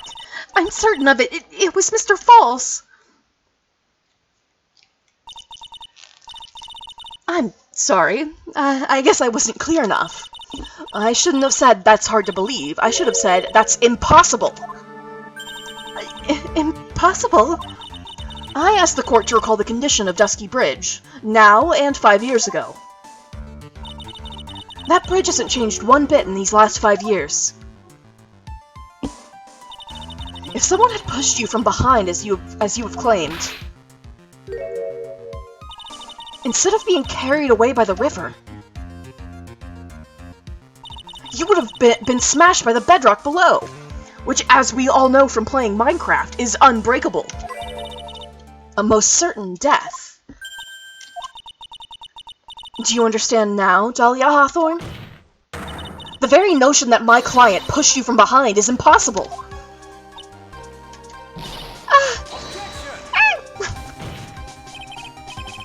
Your Honor, this event occurred 5 years ago. Why, for all we know, the high water level in the river may have been higher back then. But it's 40 feet from the bridge to the river. A small change in the water level wouldn't have made a difference.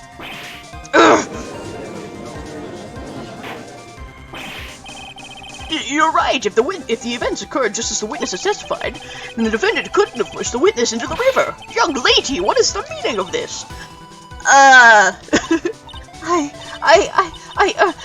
You see, Just a moment, Your Honor. He said, eyes bulging widely. It's true that the witness testified that the defendant pushed her into the river. However, she never stated that she fell from the back end of the bridge. What do you mean? After being shot in the arm, it's plausible that Mr. Falls panicked. Therefore, he could have unwittingly pushed her off the side of the bridge.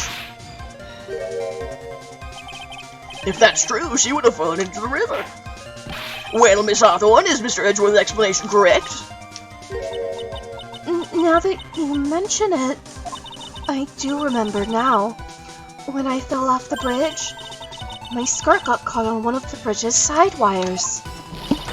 You can't be serious!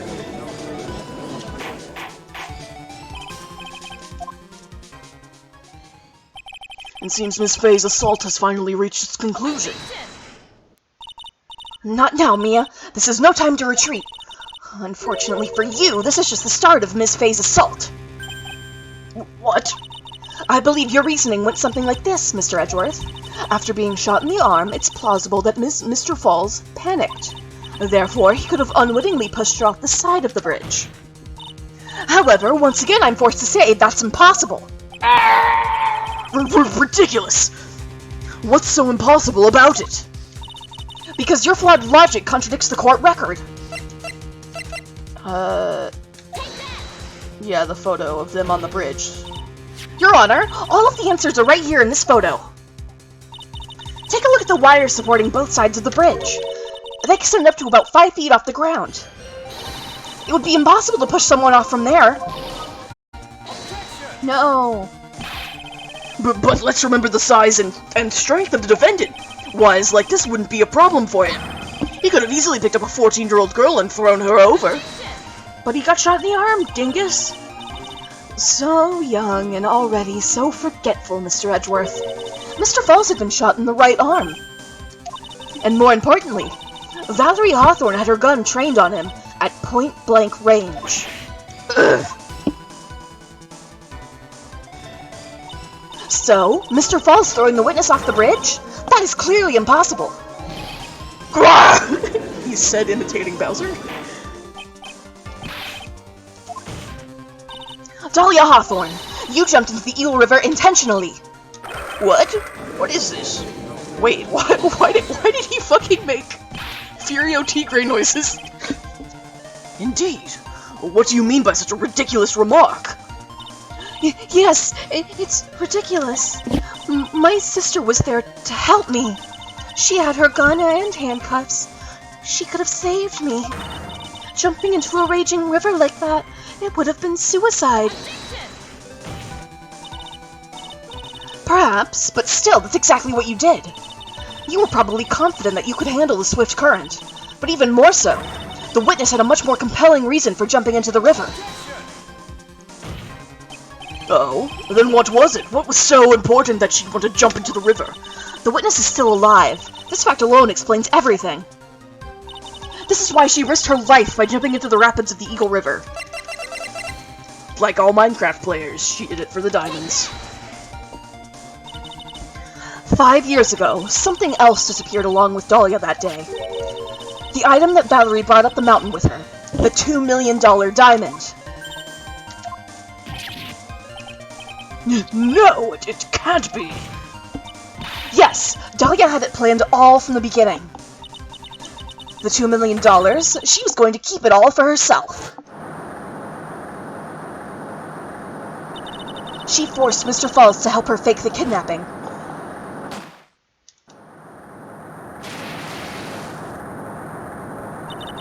At the last minute, she betrayed him and threw herself into the river, with the ransom tucked away safely in her backpack.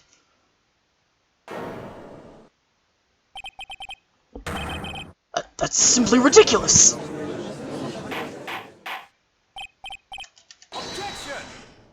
Your Honor, 5 years ago, the witness was only 14 years old. Do you really think a 14-year-old is capable of such a demonic plan? This woman is a demon! And there was one more person who helped make a demon out of her. Her sister, Valerie Hawthorne. You mean the victim was involved in the kidnapping plot as well? But she was a detective then. You're saying she participated in her sister's kidnapping? Precisely. I'm sure that it weighed heavily on her conscience for the past 5 years.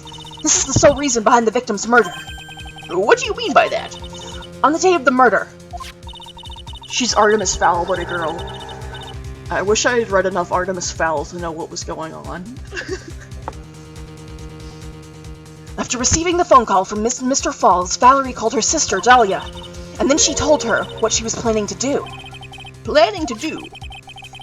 She was going to tell the whole truth, as she wrote in her note. That is what sealed Valerie Hawthorne's fate. That is when you hatched your demonic plan to kill 2 birds with 1 stone. A plan that would ensure neither of your accomplices to the kidnapping would talk. And that is why you killed your sister, Valerie Hawthorne. Fartimus Owl? Yeah, more Artemis Fowl, more like Fartimus Owl. Evil middle schooler. Who is that laughing at a time like this?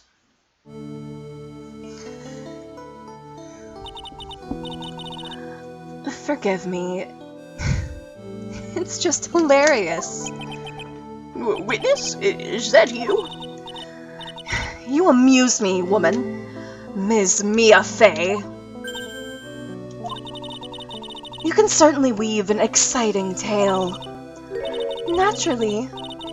You have the evidence to back it up, don't you? Evidence?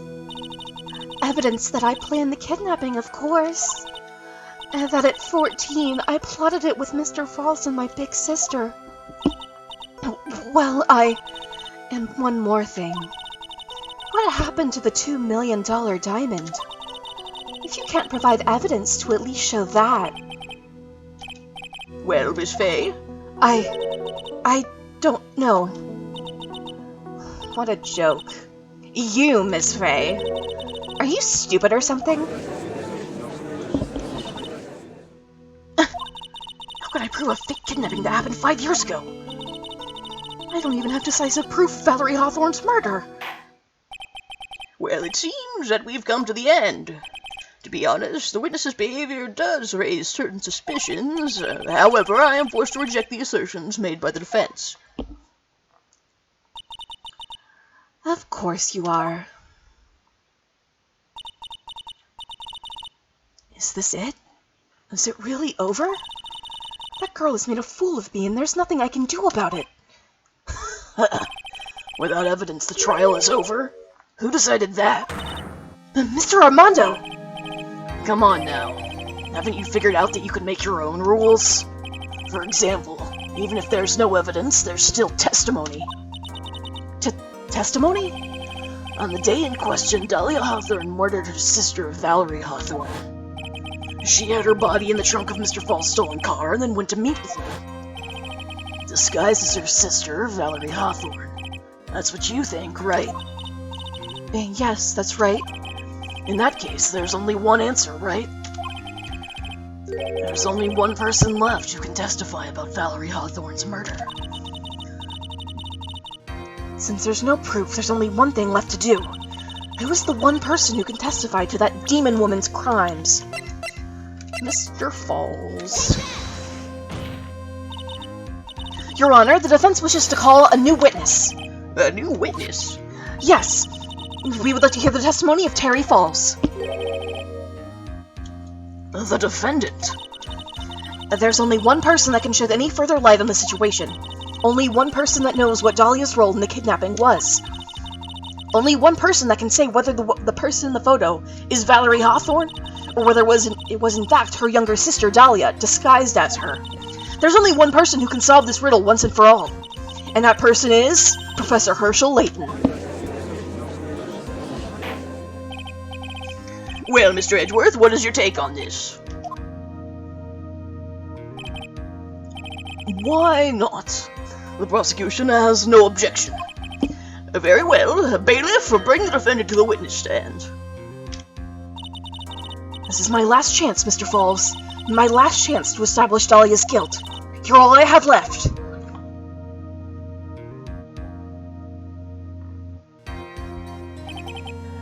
Defendant, you've heard everything that's been said up to this point, yes? I don't believe it. No way. Dahlia died 5 years ago.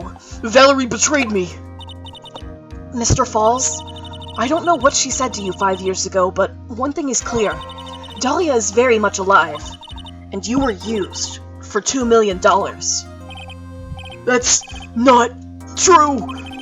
Mr. Falls, there's only one question I want the answer to. 2 days ago on Dusky Bridge, who did you meet? Was it Valerie Hawthorne, or was it Dahlia Hawthorne?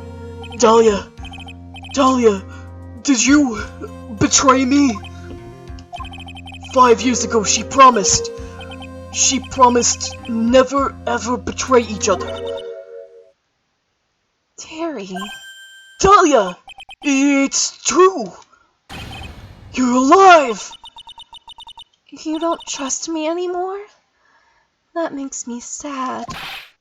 Tell the truth. The real truth. I believed in you. I shouldn't need to say it. You should already know. But there is one thing that I will say. My life is in your hands right now, Terry. Dahlia. I will allow Mr. Falls to testify once, and once only. Well then, Mr. Falls, yours will be the final testimony in this trial. Witness? Eek, I'm sorry, I apologize. Water, please, water. Can't talk, need water. Oh, well, I guess it'll have to be my coffee instead. At least it'll match the way he's probably feeling right now. Darker and bitterer than hell itself.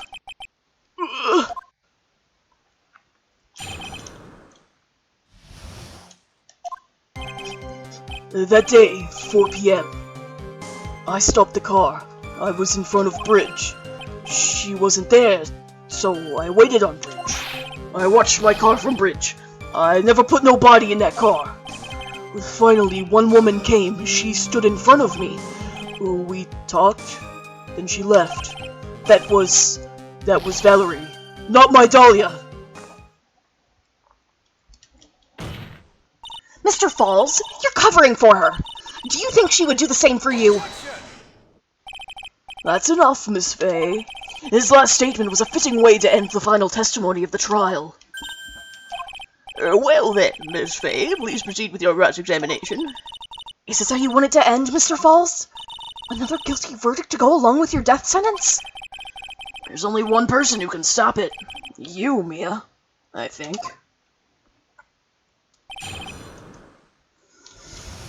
No, but if you look at the crime scene photo, the woman was definitely there first.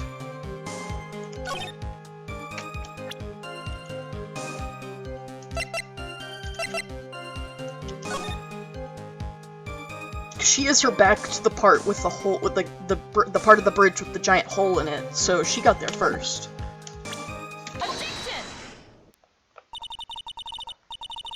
So when you got to the bridge, no one had arrived, huh? So you waited on the bridge? You're sure of that? Yeah, I'm sure. You're sure, huh? Well then, I'm sure too, Mr. Falls. I'm sure that you're lying. Oh,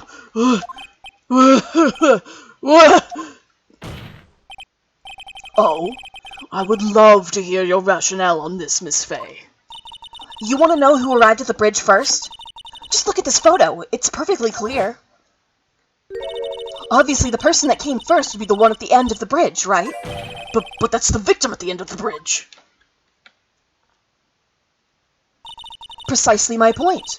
In other words, Mr. Falls, you must have arrived at the bridge after she did.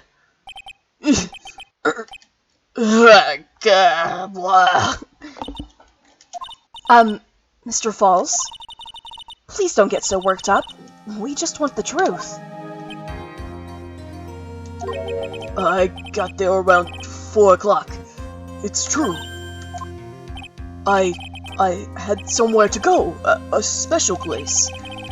Did you go to this special place before you went to the bridge? Yeah, it's an old temple about 15 minutes from the bridge. 5 years ago, me and Dahlia, we promised each other. We swore we wouldn't betray each other. She brought a memento to represent our love. A memento? 5 years ago, I hid it under a base of tree there. It's a special memory for me. This is it. This is what I went to get. This little bottle on a necklace is your memento? It's quite charming, but it looks empty. Your Honor, you heard what my client said. He arrived at the scene at 4 o'clock. But he then left his car unattended and walked away. He was gone for approximately 30 minutes. Without much time, Dahlia Hawthorne could have easily hidden the body in the trunk of his car. No! Indeed, there certainly was enough time for it. I've still got a chance. Mr. Falls, there's no mistaking it. Huh? Mr. Falls?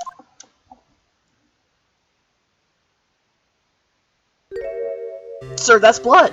Sir, why is there blood coming out of your mouth? That's enough. Please. Witness? I promised her 5 years ago, if it ever happens, that we can't trust each other no more, then we're supposed to drink bottle. No! Stop the trial! Your Honor, we need a recess! And an ambulance, apparently. I was stupid. Couldn't keep promise. So I did it.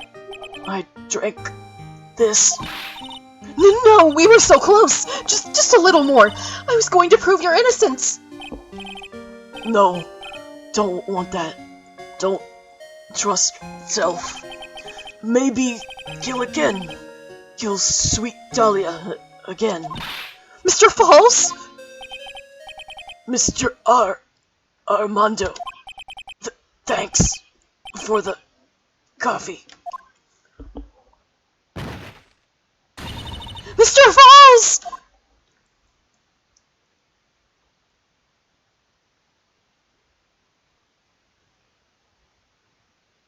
That's where we end, with a dude dead on the witness stand.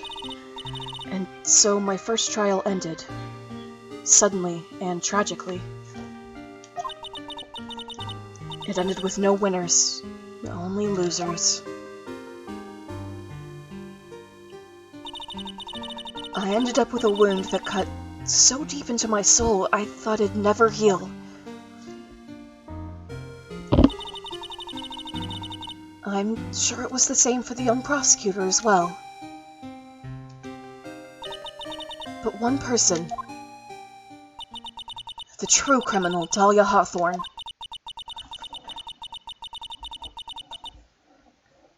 Okay, this is like fucked up, but remember how old Dahlia was and how old he was 5 years ago? It's like, okay, go ahead, Dahlia. Like, okay, like, did she do anything wrong, though? she left the courtroom with a secret smile on her demonically sweet face.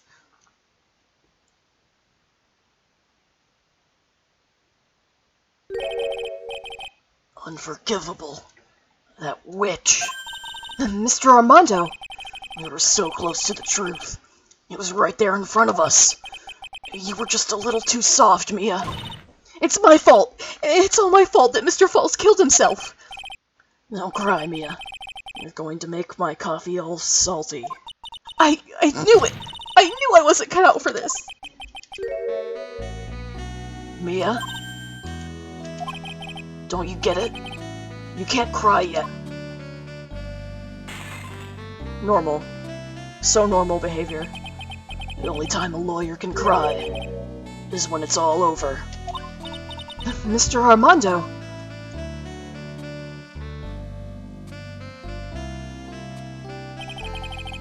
No matter how tough the case, no matter how bitter the memories, they always fade over time. And you file them away and eventually forget them. Now, is that Armando saying this? I'm not sure.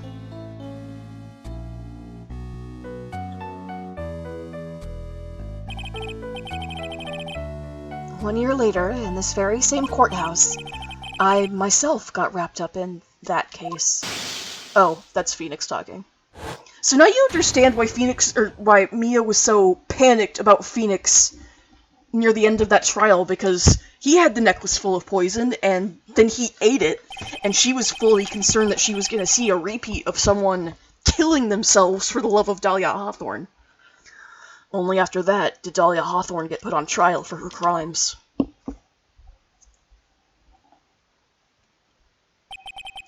The verdict that was ultimately handed down to her was guilty, of course. Naturally, when the verdict was read, she had a perfect, angelic smile on her face.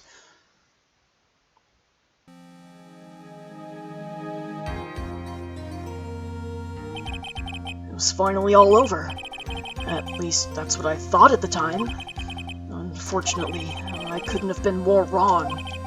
It's been 5 years, but now something has happened that's made me remember all this. And that's what we'll pick up for the finale. Hope you were paying attention, because there was a lot of relevant stuff in that case.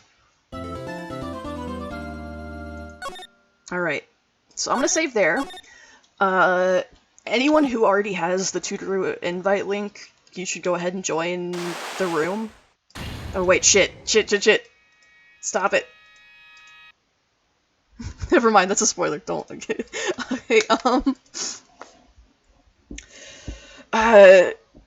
go ahead and join the tutor room. I'll post the invite link on my Twitter if you're interested in joining. I'm gonna start on just a filler something before we start the actual movie because I want to make some mac and cheese real quick. But if you're interested in, if you saw any of my X-Men Origins Wolverine streams, the video game, we're gonna be watching the movie now, arguably the worst of the pre-MCU Marvel movies. So you're welcome to come if you just want to hate watch a stupid movie with us. But to the rest of y'all, thank you for coming to the stream, and I will see you on Monday for the start of Bridge to the Turnabout. Good night, everyone. And or see you in a few minutes.